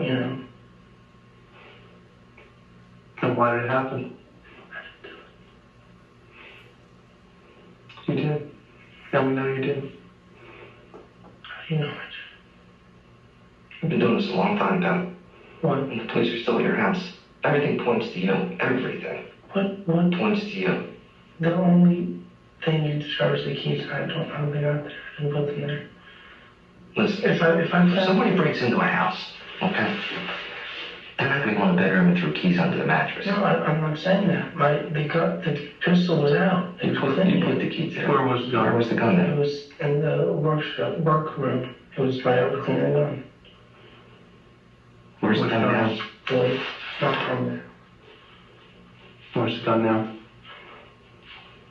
That's another issue. There's a gun out there. Someone else could get hurt by this gun, and it's going to fall on you. There's got to be a reason why you did this. There's no reason. He's crazy. It doesn't. Look at that family. At one point, there was good times. They're still there. I love them. They're dead. Jesus. He mentions a few times that he loves his family. It's possible, if Nick does have antisocial personality disorder, that he made this decision based purely on his desire to satisfy his own immediate needs. Maybe he wanted freedom and wanted to be an independent adult so badly that he decided he would eliminate what was in his way. If Nick has antisocial personality disorder, then he would not react to this interference from his parents like a normal teen would. A typical teen would argue, rebel, sneak out, maybe defy their parents, but eventually they would succumb to their parents' demands. However, if he has APD, this means he's impulsive and vindictive. Rather than arguing, rebelling, or defying his parents, he would find a way to retaliate. Your brothers didn't do it. A burglar didn't do it. How can you say that? I can tell, buddy. This is what I do for a living. I've been doing it for 22 years. You know how many burglaries I've been to? You know how many homicides I've been to? I sit here every day, talking to people just like you. I didn't do it. I didn't do it. I didn't do it. And this just goes on and on and on. Oh. And you did do it. If you didn't do it, you wouldn't be sitting here. I'm telling you right now. Nobody broke into that house. How can you be so sure? I'm positive. I'm 100% positive that nobody broke into that house. I've been to plenty of burglaries. I know what a burglar looks like. You walk into a home and the house has been burglarized. Your house wasn't burglarized. This was no burglary. Nobody broke in. Nobody went in there and killed your family. You did it. You had a reason to do it. Yeah, you did. What my reason be? Your father was pissed at you last night. Maybe he didn't like your lifestyle. I don't know. How could I not like my lifestyle? I go up to my summer house for 2 weekends. I get whatever I want. I get it. I mean, People do it every day. Why do people walk into schools and shoot all their friends? Jesus. Because they're picked on. They don't, you know, they don't enjoy. I enjoy my life a lot. Okay. This. Again, I know people that love their children. They kill their children. People love their babies, but they kill their babies. People kill other human beings. This isn't an armed robbery. This wasn't a burglary. By your whole family being dead, you made out the most. I'm sure your father was well insured. Your mom was well insured. Now everything's yours. So you coldly killed your parents. And there's got to be another reason why you did this other than insurance money. That's the way you're going to be looked at. The 7 to 15-year-old killed his family for money. I didn't kill my family. Yeah, you did. We're going to do this all night, man. It wasn't anybody else but you. And you did. I'm telling you, you did. Everything about it, the way you act. So, if they have all this evidence and all these other things that's pointing to him directly, specifically, why not just lock him up? Do you need for him to say, I killed my family? Or do you need him to say like anything specific? They got all the evidence in the world and they keep getting evidence that leads to Nick. So I don't know why this interrogation is going on for so long. You're acting as if you're a guilty man. We've interviewed hundreds of people in these rooms. Hundreds of people. And they all fit your mold. What is that mold? What? The more you lie, the deeper it gets. Wait, go back. Go back. It's like mode, like mode, like the shit. If you eat or breathe, you get sick. Oh, they all fit your mold. Oh, okay. Never mind. Okay, I missed that. All right, got it. All fit your mold. What is that mold? The more you lie, the deeper it gets.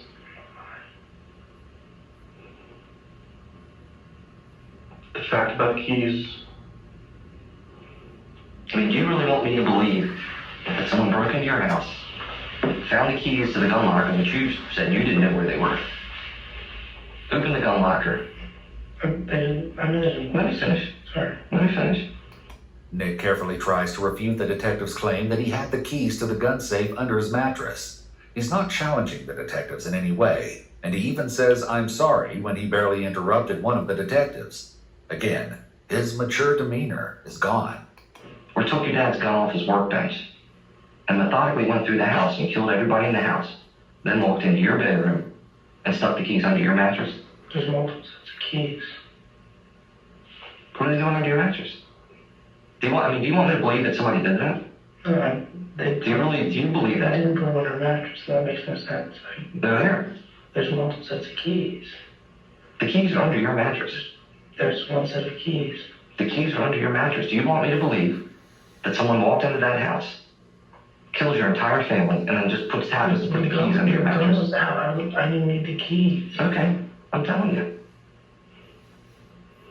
Do you want me to believe that? But that wouldn't make any sense for me to even touch the keys. Do you want me to believe that? But that's not even, the keys aren't, for this to happen or whatever, it wasn't even necessarily the Okay, but the keys are under your mattress.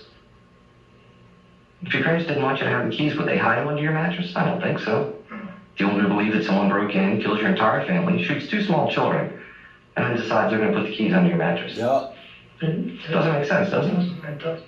Do you want me to believe that someone would break into a house and not take anything? Yup. Doesn't make sense, does it? There's a reason that you break into a house. And that's to take valuables. And it's fairly obvious from what your father's found, your mother, and your 2 brothers. Nobody confronted the burglar and said, "Get out of my house," and they got shot for that reason. Your family members were executed. And you did it. Yes, you did. No doubt in my mind. So lock them up. There won't be a doubt in the jury's mind either. The only question is why. That's the only question they're gonna have. He's crazy! Sorry. It's up to you to explain. There's a reason for everything. I mean, something triggered this. We've heard a lot of stuff. And that's understandable. And people understand that when you make an explanation. And as I told you earlier, people do this every day. Again, they love their babies, they love their children, they love their wives, husbands. But sometimes people snap. And it happens. Something happened. It wasn't the burglar. Help us understand. I think maybe snap. I don't know, bud. I'll be back.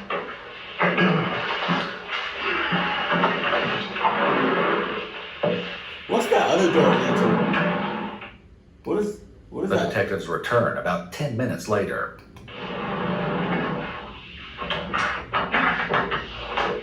Why are you telling us this big story about going the keys when the keys are in the pocket of your jacket?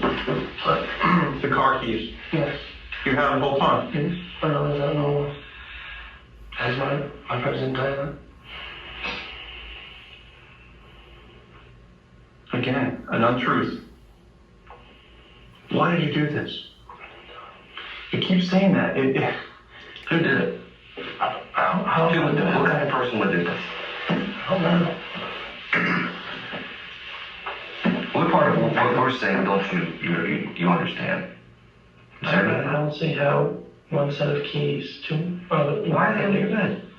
my parents, if they want me to, to get, this is a burglar, to get Come the on. keys. Come on. You're gonna have to do better than that. So what's the threat? If we get this trial, I'm going to go to jail based on a set of keys. It's interesting that he says, so I'm going to go to jail based on a set of keys. This is a smart statement given that Nick is only 15. It seems that he knows that the detectives need to have more evidence than just the set of keys in order to convict him. No, that's not just a set of keys. There's a lot more than that. What? I'm not gonna sit here and tell We you don't do that. I think that I didn't do it, but it's going to be evidence. You did do it. I didn't do it. Nobody else did this. How can you be so sure? Because I've been a cop for 22 years and my intuition's pretty good. I've been to plenty of homicide scenes. I've been to plenty of burglaries. This wasn't a burglary. You're being given a chance to explain things. It happened for a reason. There's no reason. You just did it? Yeah, you did. You did. No doubt in my mind. You did this. Who else would do it? I don't know. Drug murderers don't shoot children. Don't break into a house, shoot another drug dealer, but they won't shoot the kids. If Nick committed this crime, he may have felt that if his parents and brothers were dead, there would be nothing standing in his way, and he could do whatever he wanted. He may have chosen to kill his brothers so he wouldn't have to share any money belonging to their parents. Jesus. Another possible motivation for killing his brothers may have been to eliminate. If it really was for money, then you're stupid because you can't take money with you when you die. So what,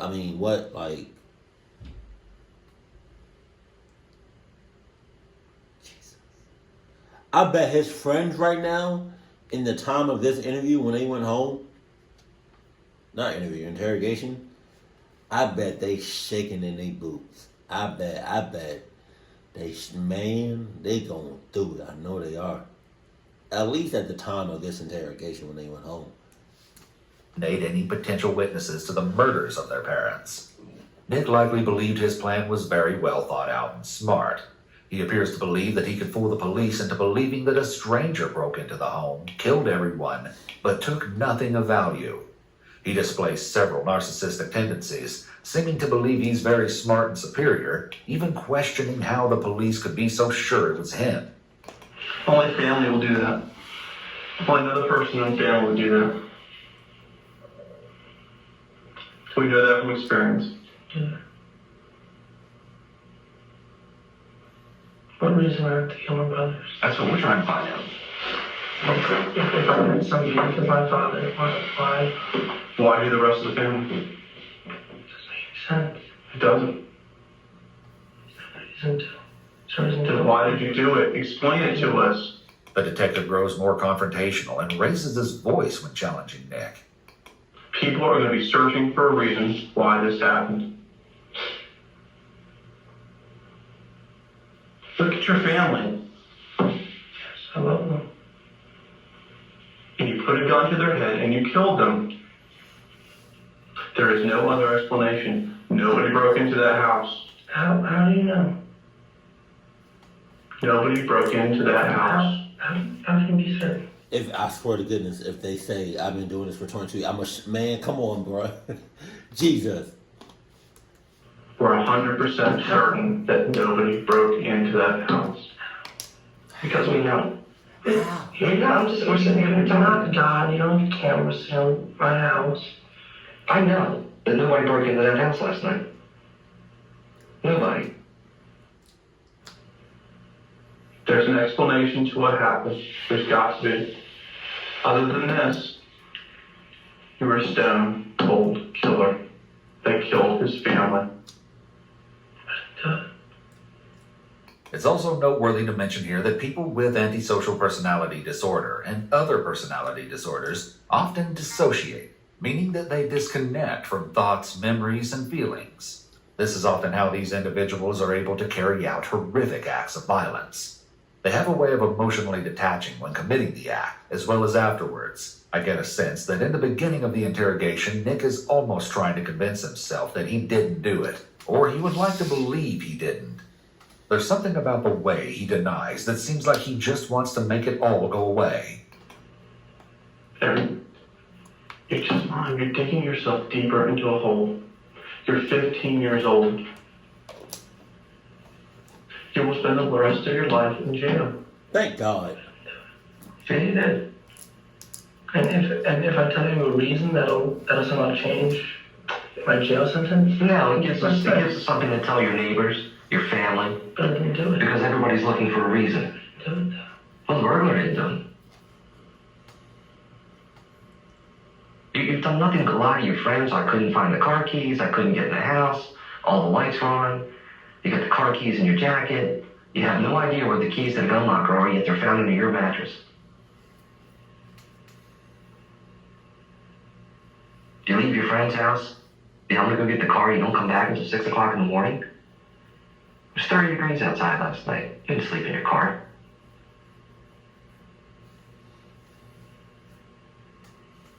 You didn't know what to do. That's the problem. That's why you were gone for so long. You spend those hours concocting some silly story. The jury's gonna see right through. Our story. Or maybe you didn't do that, but you didn't know what to do. I mean, you're claiming that you wake up and all the lights are on. But you know that something's wrong.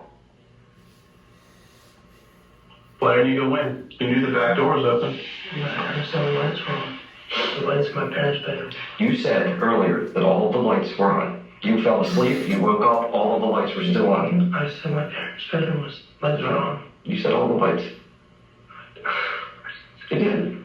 The keys were, when my parents were, the lights were on in the house. The lights were on in the house. See, this is the problem. You can't keep track of what you're saying, man. You can't keep track of what you're saying. You can't keep track of it. You asked me where my parents' bedroom was. You haven't shed one tear for your family. You were totally unemotional about this. You walk into a house, your whole family's murdered. And you just, I didn't do it. Why would I do it? I was in my friend's house. So crying would make you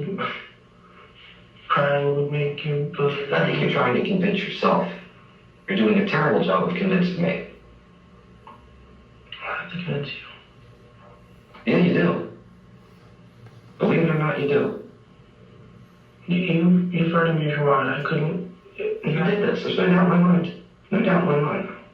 Afraid it is. Okay. Well, you know what? You're under arrest. Okay. 4 counts of first degree murder. Sit down. Sit down. Okay.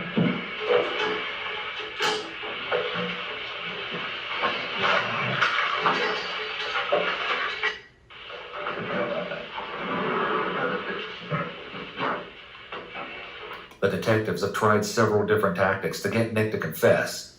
First, they suggested that his friends had turned on him and told police his dad had been mad at him. Then they appealed to his emotions by showing him a family photo repeatedly.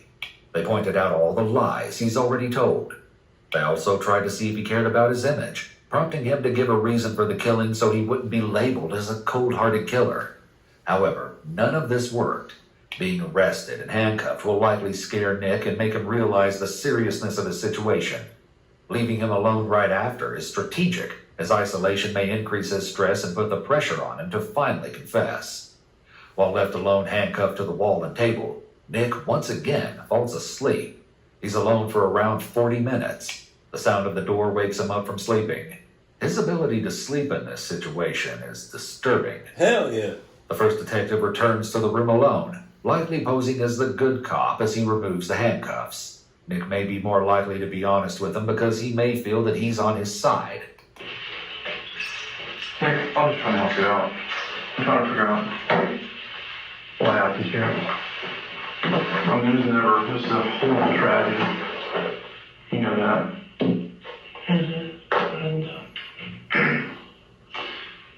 We know that all the lights off were in the house. That all the lights were on. There are no lights on in the house when you went there.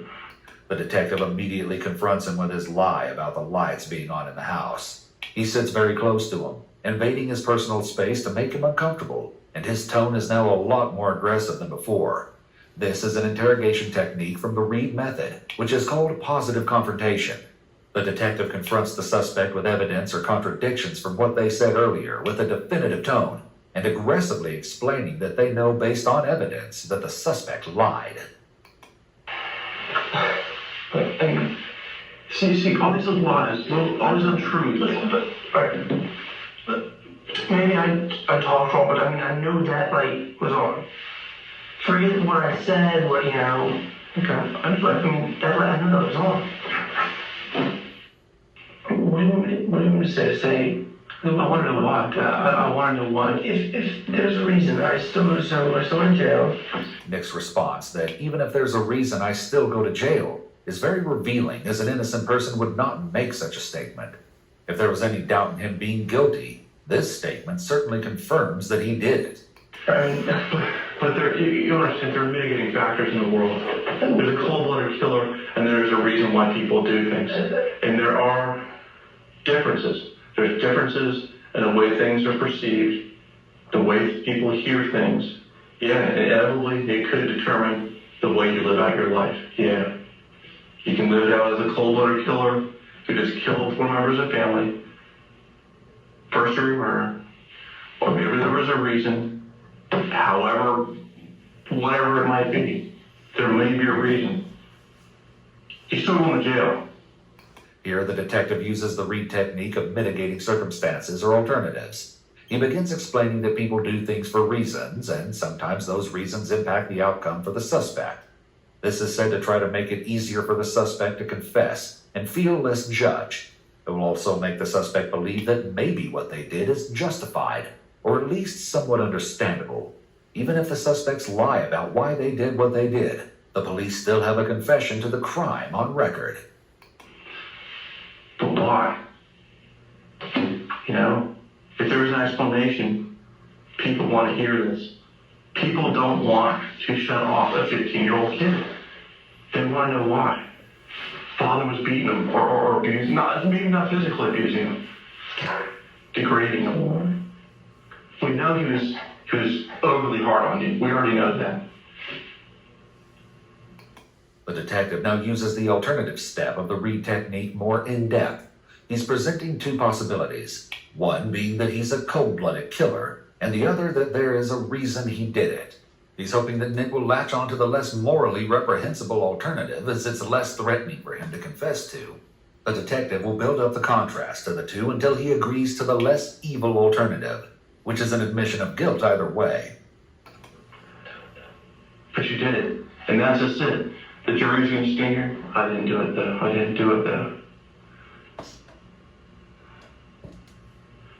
You know, I'm not a hard. I'm just trying to find out what happened here. And that you give me the option of, oh, well, you know, you can feel better about yourself, so go to jail. Or, I didn't do it.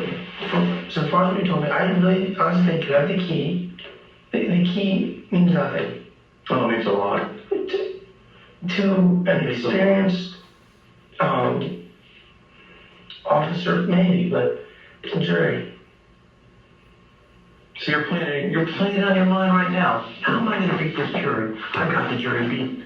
You not in Baltimore County, you don't. You've given me the option of going to jail for doing myself, 100%. Or, How long are you going to go to jail for? what? Nick questions why an explanation would make a difference in jail time. It's unlikely that a truly innocent person would ask this. He's likely trying to feel out if whether it'd be better for him to continue to deny or whether to confess, but to try and give a convincing reason for why he did it. The rest of your life? Or is there a mitigating factor of what happened here? There's not. Then why did you do it? I didn't do it. But regardless, there's no mitigating factor. It's clear that Nick is only concerned about himself and feels no moral responsibility in admitting what he did. The detective will need to play into that and make him see a benefit for himself in confessing. This self-serving mentality is very common among criminals. See, that's the horrible thing about this then. All they're left with is you shooting 4 people. I can't give her her back. I can't give her a piece of evidence. You'll see that in discovery months, maybe a year down the line, after you've been sitting in BCDC for that whole time, the detention center. And if I gave a reason, I'd still be sitting in that same detention center. I don't know. Is there a mental issue? Is there something going on here? So then I commit myself to a mental hospital for the rest of my life. Right? I don't know. That's just it. I don't know. I don't know the reason. I can't guess. I can't fathom why this happened. But I'm sure there's a reason. Because I can't imagine in my world that someone killed their mother, father, and their 2 little brothers. But maybe there is a reason.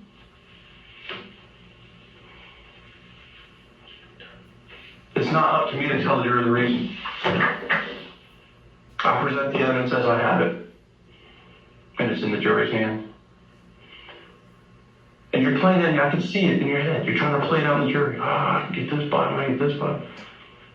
I don't know. I wish you could help me. I wish you You're not saying that I didn't do it. It's saying that, yes, there was one set of keys underneath the bed that I didn't even need the keys to. See, you're harping on one thing. That's just one thing that we're telling you.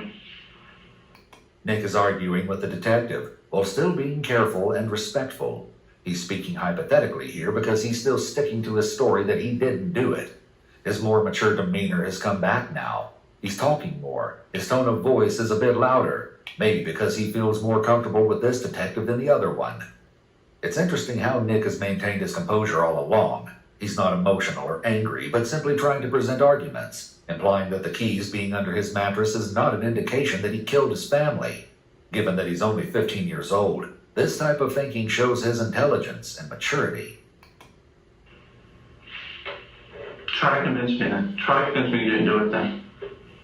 What? Like you said, there's no reason. I don't understand. There's every reason to try to convince me. No, I'm sorry, not too much. There's no reason for me to kill my family. They don't. Yes, they're strict on me. So what? They don't ground me when they find me with alcohol. They came to a trip. 2 weekends later, last weekend I took my friend up to Deep Creek and we skied the entire weekend. This weekend I was in my friend's house. You know, yes, they're harsh, but they're not that harsh really. And they let me do what I want. There's no reason. This wasn't a burglary. This wasn't someone breaking in the house. How do you know? I don't know. We know these things. I've been in this job for 19 years. Over 19 years now. There's no reason for why would I jeopardize? You put money into it. I have a very large, or had whatever, inheritance coming to me. Regardless if there's insurance money involved or not. I don't know how much insurance money I have. That is coming to me. I was sit on the side. I am set, pretty, I can fill up my life without that. There's no money reason. They're great to me. I love my family. He doesn't sound convincing at all when he states he loved his family. It appears the father could have been the motivating factor for the killing, and the other 3 family members may have just been killed because they were home and potential witnesses to the crime. God damn. My vacation's planned. I love it. Wouldn't change anything in the world for it. But nobody broke into the house. Nobody came in. They did. Someone did, obviously. Why do you think that? They're dead. His response is very telling. His entire family was killed, yet he's trying to convince the detective that it was a burglary. A true victim would simply try to assist and be cooperative to help find the killer. Why else do you think that? I came into the house. I saw my mom, her jewelry, whatever things tampered with. And I've been in the house and asked for about 10 minutes. I couldn't tell you what was missing, what was still there. My Xbox and my Wii moves around. I just don't even know. Then why didn't the people take that? The person that broke in the house killed her family. Why didn't they take anything? They killed them and they freaked out. They were dead. Why would you take all this stuff? Apparently they had time to set it all up. I'm not that. This is where we're getting at. That's not a burglary. That's a staged event. We don't do that. It's all staged. To make it look that way. When the detective reveals he knows the house was staged as if a burglary occurred, Nick is silent and appears stunned. He looks unsure of what to say next. You did. It was all staged. That's all we know. Every one of us has seen a real burglary. How do you know this one was staged? How do you know if someone's missing or not? I don't know if someone's missing or not. You said that the Wii and the Xbox were on the table. Mm-hmm. Why weren't they removed? They're big. They're not easy to carry. Okay. How about the jewelry? There's tons of jewelry in your mom's thing. Mm-hmm. I don't know. I don't know what she has personally. But, she has definitely items. I don't know if that's missing. How about the cash on your mom's dresser? So an envelope full of cash. Obvious. I think you probably get pretty freaked out once you kill somebody. It's not how it works. It just doesn't work that way. Number one, burglars don't kill their victims. I have a feeling that the gun, the 9mm, could be the one that's missing from the house. The only gun missing from the house is going to be that gun. Was it on the workshop bench? I said, a gun on the workshop bench. I'm telling you something. That is missing. Why would your dad leave a gun on the workshop bench? Because he was cleaning. He's not going to leave a gun on the workshop bench, is he?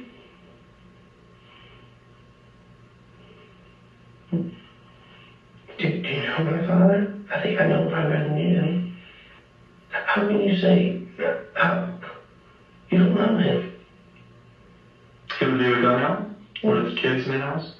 Kids that know that we use guns and know to respect them and we're not going to touch them.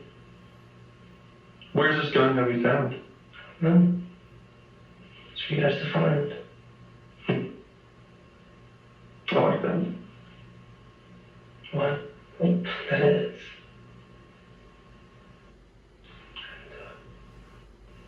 I don't believe you. I'm looking in the eyes of a stone cold killer. There's no remorse. The detective now confronts him with his lack of remorse and his behavior, which shows his guilt. The detective is trying to keep Nick's confidence low and to add more evidence to show him that they know he's guilty. All the people that can lay here and sleep are the guilty.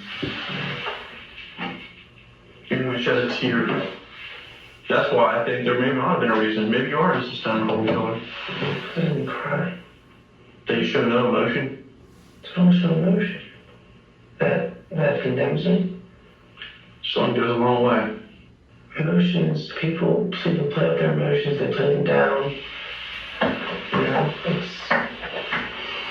Some things are uncontrollable.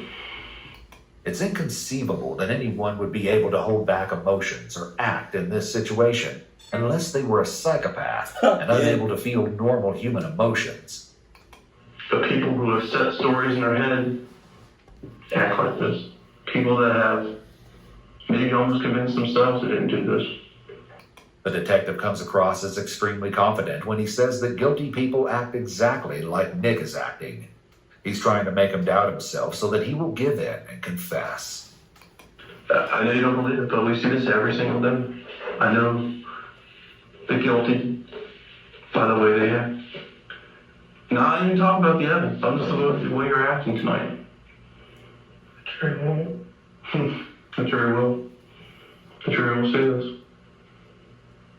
What, you don't, there's no... Wait, the jury will see this whole tape? You gotta pay me an arm and a leg. I'm not about to just... I can't do that. I can't watch that. I can't watch this whole tape uncut. Nope. I can't do that. Nope. The jury will see this. Who about to see this? I'm not about to be a part... No, I'm not being a part of that jury. If I gotta sit here for 5-6 hours, hell no. Lesser punishment argument. You're saying, come up with a reason, and maybe you're saying you need to go to a mental hospital the rest of your life. I'm saying that there are explanations out there that can mitigate your life. What's going to happen to you? I don't know what your explanation is. There are reasons why people do things. There are heat of the moment. There are passion. And so what's passion? Well, it's still the same outcome. Nick shows his extreme narcissism when he focuses on the fact that he hasn't been offered a lesser sentence if he agrees to come up with a reason, which is why he hasn't done so.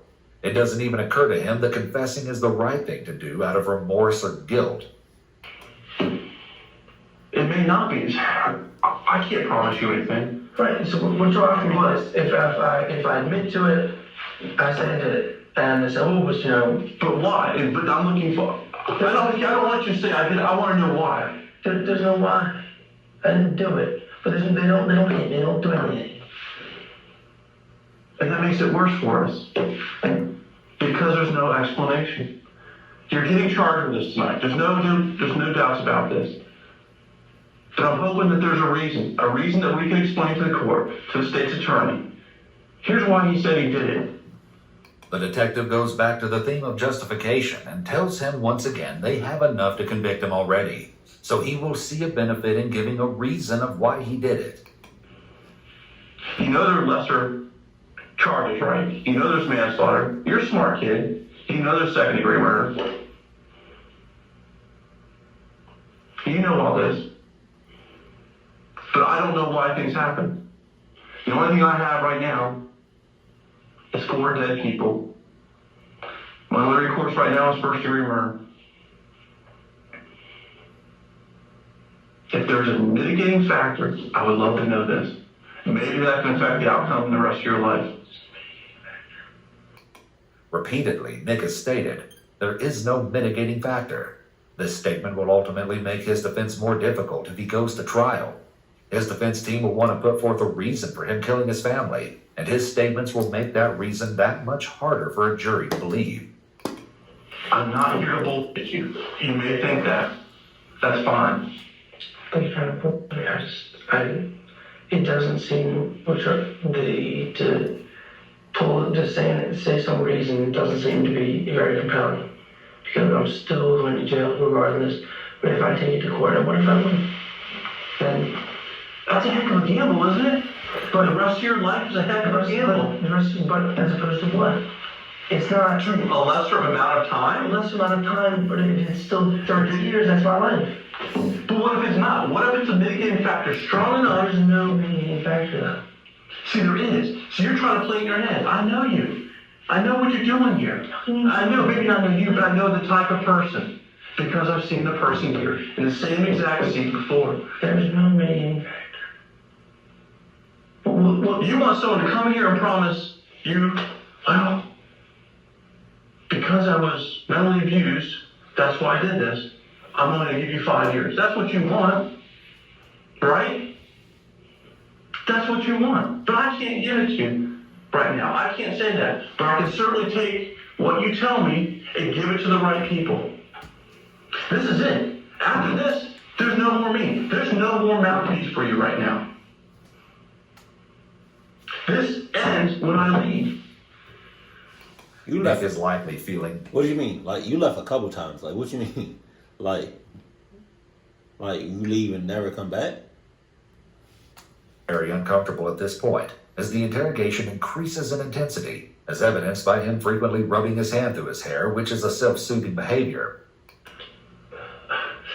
You're a good kid. I'm reaching this. I'm trying to get there. He's smiling and states he's trying to get there, meaning he's getting ready to confess. It's disturbing that he's smiling while he's considering confessing, and this shows a complete lack of remorse, empathy, or conscience. Nick may have psychopathy or some other serious personality disorder to display such inappropriate emotions. I hope there's a reason I can tell why. you care. That's just it. I can tell you care. I can tell you feel what you did. The detective now tells Nick he's a good kid and can tell he cares. This is not what he's actually been conveying at all, but the detective wants to make him feel comfortable confessing to him. You see, this is the first time. The first. He's saying I can tell you're a good kid, Cap. I can tell that he cares, Cap. So why are you saying that? That doesn't really do anything if the person is a psychopath. Like he's straight up crazy. And I really want to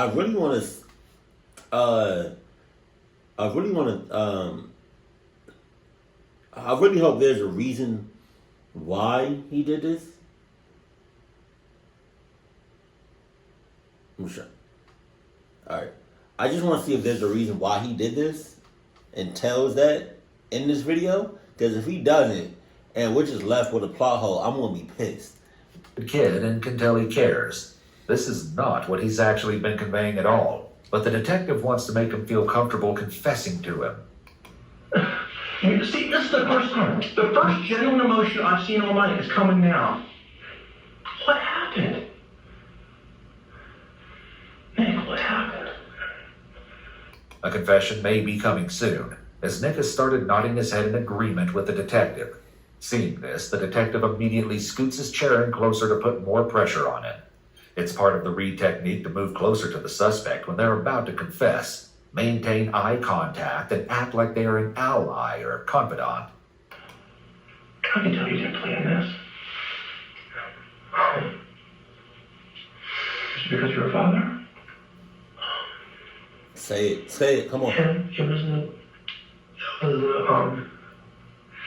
the straw. Yeah. But why? The detective softens his voice and encourages him to explain what happened in a sympathetic tone. He's sitting only inches away to keep him talking. Was it physical? No. It's more sort of like a blast. Probably still, I mean, it was more physical. I'm in Boy Scouts, right?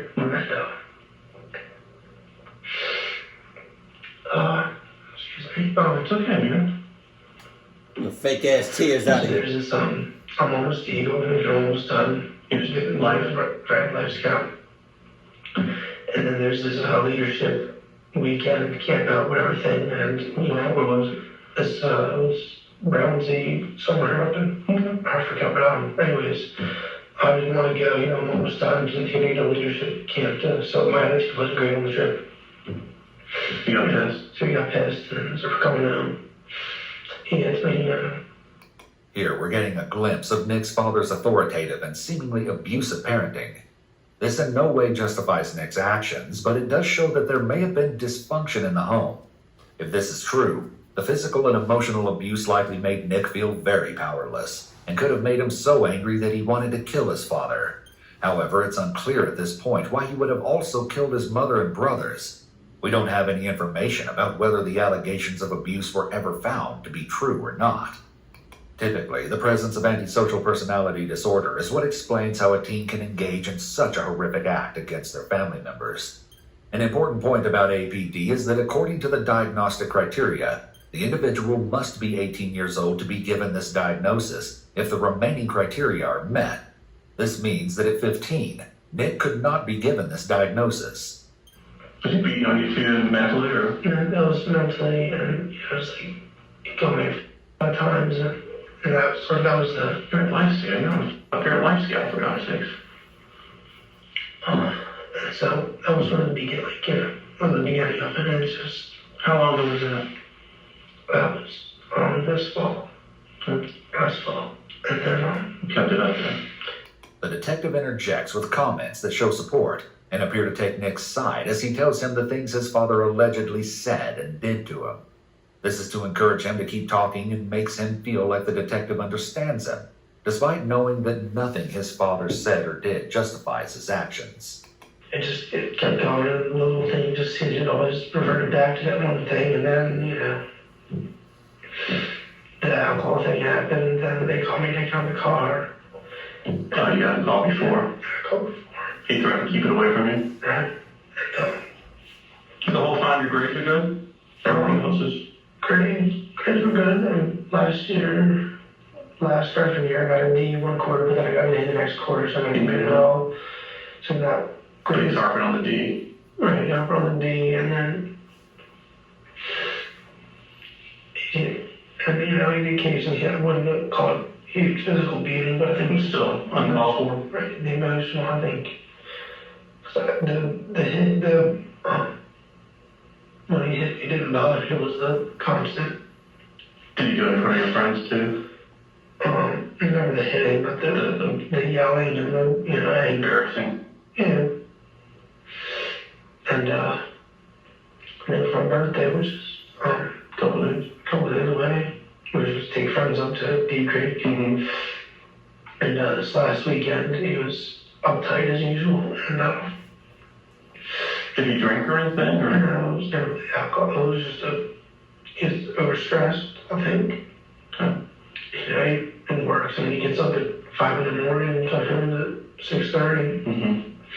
So then he sort of had his fill being nice and always climbs when he gets home. Takes it out, you know, dinner almost not almost, but most anything. Is it doing the same to your brothers? Maybe, but it didn't seem like it to me, but. To your mother at all? Yeah, a little bit. But the bulk seemed to be generated towards me. Mm-hmm. And then Friday night, he was just mad. I don't even know why he was mad. And then I was giving directions how he was around Fingal's house. Mm-hmm. And then he Lost it? blows out or something, and then he just gets really angry. And I didn't even get lost. He went 2 feet past the turn and just had to make a tight turn. Come down. And then you have to put the car to reverse. He got really angry. And then I went back to get the car, and I saw him sitting on the couch. The TV was on, and then the gun was out on the workshop bench. Mm-hmm. Nick covers his face almost the entire time he retells what he did, as though he's trying to hide from what he's revealing. What happened? I walked up. I sat there for a half hour, He was sleeping. standing over him. And then I went between putting the gun up to his head and pulling it back down and up. Do you have a pillow too? Or? And just the gun. The gun was. I'm not sure if I meant to pull the trigger or if it Just went off. It just. The way he explains the story, it doesn't sound as if he had planned to kill his father that night. But when he saw the gun sitting out and his father asleep, he saw an opportunity and took it. This may be the truth, or he may have gone over with the intention of killing them. Even if he decided while at the house, he could still be charged with first-degree murder. Premeditation doesn't have to mean pre-planning. Even a few minutes of thought prior to an action or a break in the attack after which the perpetrator continues attacking can be enough for the premeditation element of first-degree murder. His claim that he doesn't know if he meant to pull the trigger could be Nick's way of trying to distance himself from fully taking responsibility for what he did. It's also possible that he was partially telling the truth. He may have been wavering in his decision on whether or not to shoot him. The longer he held the gun in his hand, The more his confidence may have built up until he finally pulled the trigger.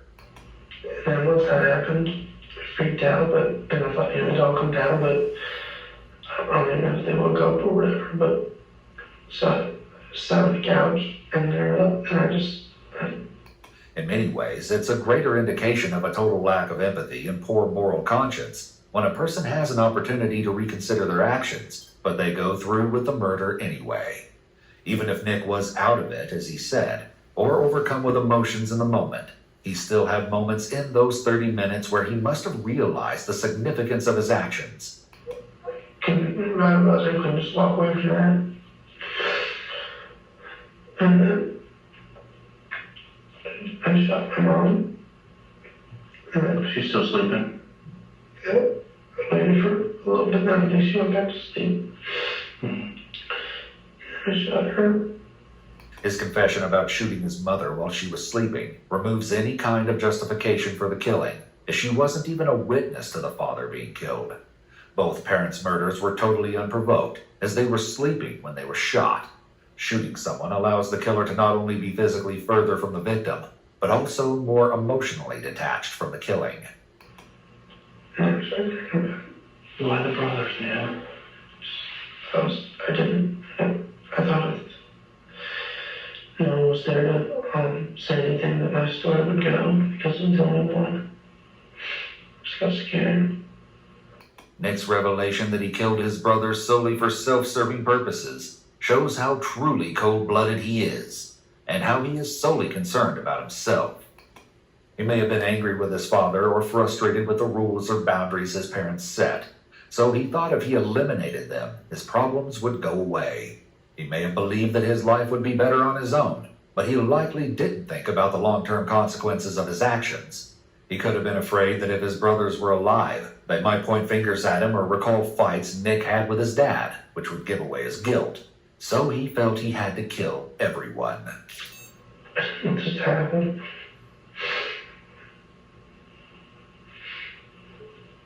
It's the only true emotion you're showing right now. Just gotta feel at least a little better. I need to know where the gun is, though. We can't have it out there.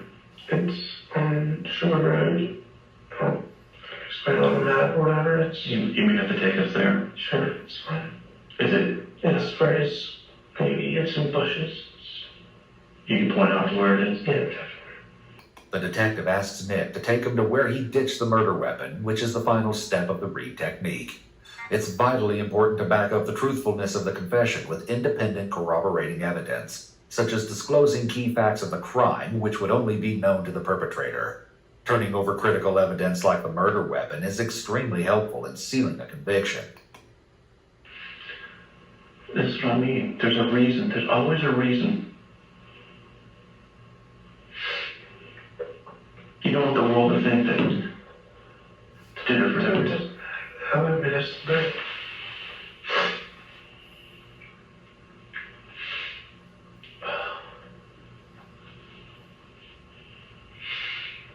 Did your brothers ever wake up? Were they awake? Pretty sure. Do you remember where you shot your dad? I wasn't in there. On his body? And the The head? yeah, How about your mom? the head.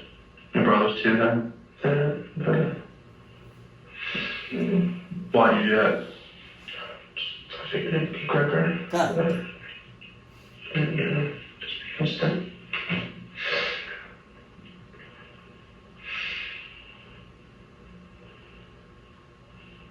Your friends didn't know about it?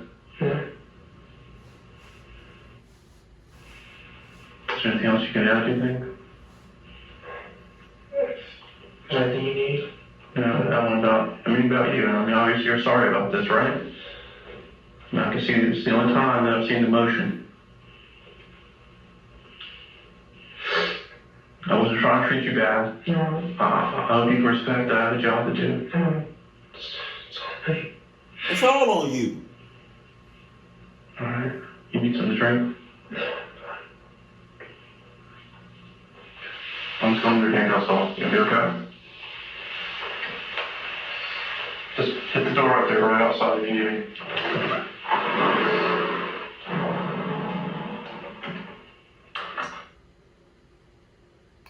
It's hard to tell, but it looks like Nick breathes a sigh of relief once the detective walked out. The detective returns to clarify Nick's story with him, while other officers are checking the location where he said he left the murder weapon. Just so I got it right. He's been harping on you pretty hard. Did it start prior to the scout stuff, or? Well, I mean, Has he always been tougher on you than the other boys, or? I think so. Maybe that's biased. I mean, he's always definitely been straight since, back first grade, going to Penn's house was always a pain. Right. But, I guess maybe as I got closer to getting out of the house or something, I wanted to go to college. He tried to Even more hard. right something. Nick appears to be expressing genuine emotion, although it's unclear if his tears are for himself or for his family. At this point, it appears that he's being truthful and cooperative with the detective. He's confessed to the shootings, and he also provided the location of the gun. And then once you said you just kind of stood there for a little bit before it all happened? at least a half hour, I was just sitting there, Sitting there sleeping. just looking at him, raising the gun, and then back down, raising the gun. And just I raised it more time. I don't know if I pulled it. I mean, I must have pulled the trigger, but I don't know if it was subconscious or I meant to do it, but then the thing went off. It was loud ringing. And I sat down on the couch and waited for it all to come crashing down. Waiting for your mom and the brothers to come down? And we never did. And then I sort of remember walking up the stairs, and my mom was in. She's sleeping soundly? Did you lead on the bed or what? I walked up, shot twice. God. Shot twice? And then you walked to your brother's room? And then shot Craig, and then shot him down. When you come in there, is it? I shot the on the left, the straight ahead. Shot walked in, shot him, and then turned down. I think I shot him twice. I'm not sure if it was once or twice. What did you do after that? What happened with the jewelry and the Xbox? I opened up the jewelry case, threw some on the ground, and moved the Xbox to the pool table. And then How'd you leave through the back door? the back door. And I just didn't go on the side of the road. Did you notice any neighbors or turn lights on, or was everybody outside? I was so out of it, I wouldn't have noticed someone standing there looking at me. I don't know, there might have been somebody, but You'll see stuff. The stuff will come out later. You'll see things. so what happens now? Well, we need to contact your grandfather. So we're just waiting. Tune in now. What do you want us to tell your grandfather? Or your aunt? I don't even know what I would say. Okay. We have to take care of some of that stuff. Mm-hmm. Alright. Bathroom. I'm gonna be out for a couple minutes. Bathroom, water, candy, cookies, Some soda or something would be nice. Coke, Pepsi. Whatever. Coke, great. Let's check out real quick. Mm-hmm. The detective brings Nick a jumpsuit to change into and collects his clothing. The detective has continued to treat Nick kindly and with respect, despite the fact that he admitted to killing his entire family. Sure. Now that Nick has changed into a jumpsuit, it's likely that it's really sinking in what's about to happen. After the interview ended with Nick's confession, he was charged with 4 counts of first-degree murder. What may come as a surprise to you is that soon after his trial began, Nick's family members, including his grandparents, aunts, and uncles, all began writing letters to the court asking for him to be given leniency. His maternal grandfather even backed up Nick's allegations that he was mentally and physically abused for most of his life. Regardless of whether or not these claims of abuse were true, as they've never been substantiated, Nick took a plea agreement in January 2009. He pleaded guilty to all 4 counts of first-degree murder and was sentenced to 4 life terms in prison. To this day, it's still under debate if Nick committed the murders in the spur of the moment as he claimed, or if he'd been planning them for a long time, as authorities believe. Either way, 2 of Nick's life terms will be served consecutively, which means that he will become eligible for parole in 2031 after serving 23 years. However, Nick's chances of receiving parole may be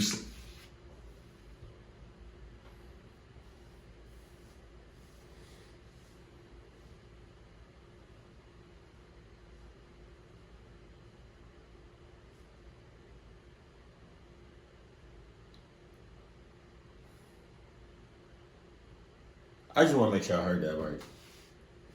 Go back. Oh shit, it's almost over. Go back.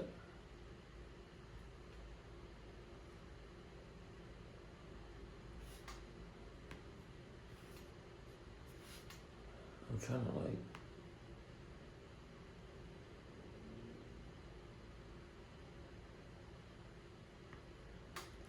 February 2009. He pleaded guilty to all 4 counts of first-degree murder and was sentenced to 4 life terms in prison. To this day, it's still under debate if Nick committed the murders in the spur of the moment as he claimed, or if he'd been planning them for a long time, as authorities believe. Either way, 2 of Nick's life terms will be served consecutively, which means that he will become eligible for parole in 2031. For serving 23 years.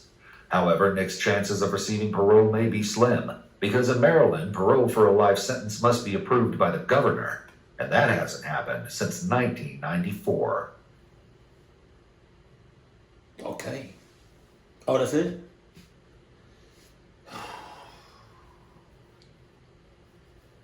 That's him now? You.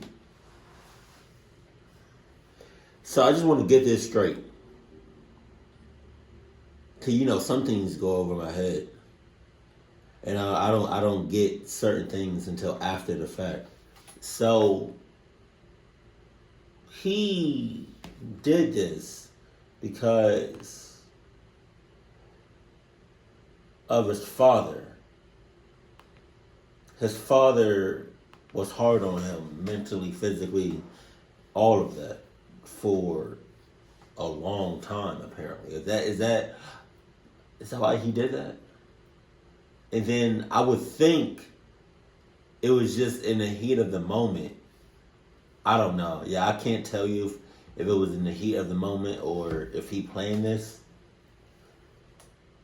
No, I would think it would be the heat of the moment because he just threw the gun. You know what I mean? Now, if it was planned, I don't think he would just throw the gun all just willy-nilly like that. I'm curious to see of what other I'm curious to see what other evidence that they had, or maybe they didn't have any evidence. I don't know. I mean, all the evidence that they said that they had. Regardless of the fact, that's crazy. I see the motive, I understand it, but I don't respect it. Because I was beaten as a child, right? And I was physically beat as a child. But I turned out great, I think. Give or take. And my sister, she's 10.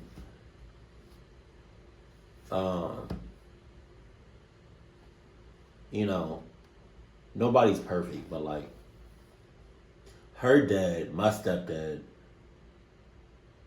he doesn't beat her, I don't think, but she did say that he does mentally attack her and raises his voice and just on some mental stuff. But being yelled at as a kid all the time. Well, okay, not all the time, but being, just yelled at as a kid, that can be just as bad, if not worse than getting physical, butt whoopings and whatnot, but That's, man.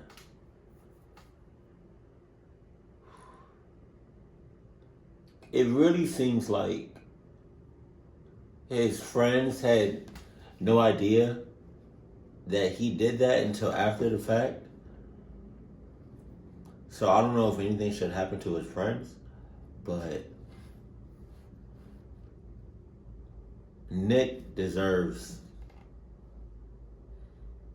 all of it. The whole, like, I can't, like, I don't know if they still do the death penalty anymore, but he definitely deserves to be in prison and isolated from everybody else. To the point, like, you wish that you were dead. Now, I say this, what I'm about to say, I say this because I think I can relate. You can't, I'm not a parent. I can only speak from, as a child. But as a parent, abusing your kids physically, mentally, spiritually, and every all the sense, all the meaning of the word. I feel like you got to be careful about that. Granted, like I said, I was beaten a lot as a kid, but like I said, I think I turned out pretty good. But it's just like, I was doing bad things. That's why I got... See, this video, me talking about this subject can go on for like hours, and I don't got time for it. But you just, as a parent, you just gotta watch out about how you treat your kids.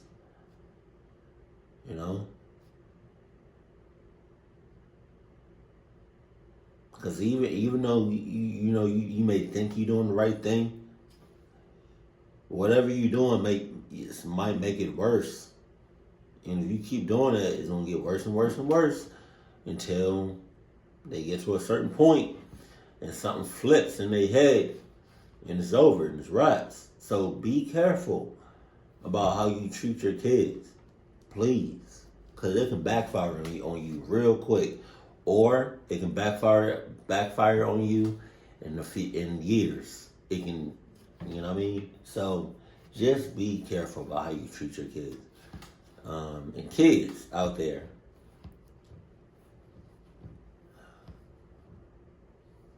you also be careful and really, really think about what you're doing.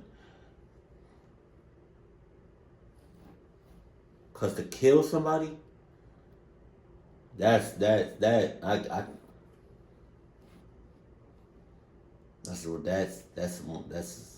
Jesus. It's no takebacks. It's no takebacks. Once you end somebody's life, you can't undo that. It's over. Your mom, dad, your whole family's gone. Oh, I'm getting emotional. All right. But, yeah. Let me know what you want me to react to next as far as an hour plus reaction in the comment section. Keep it cool, keep it classy, and I love you. Stay happy, my family.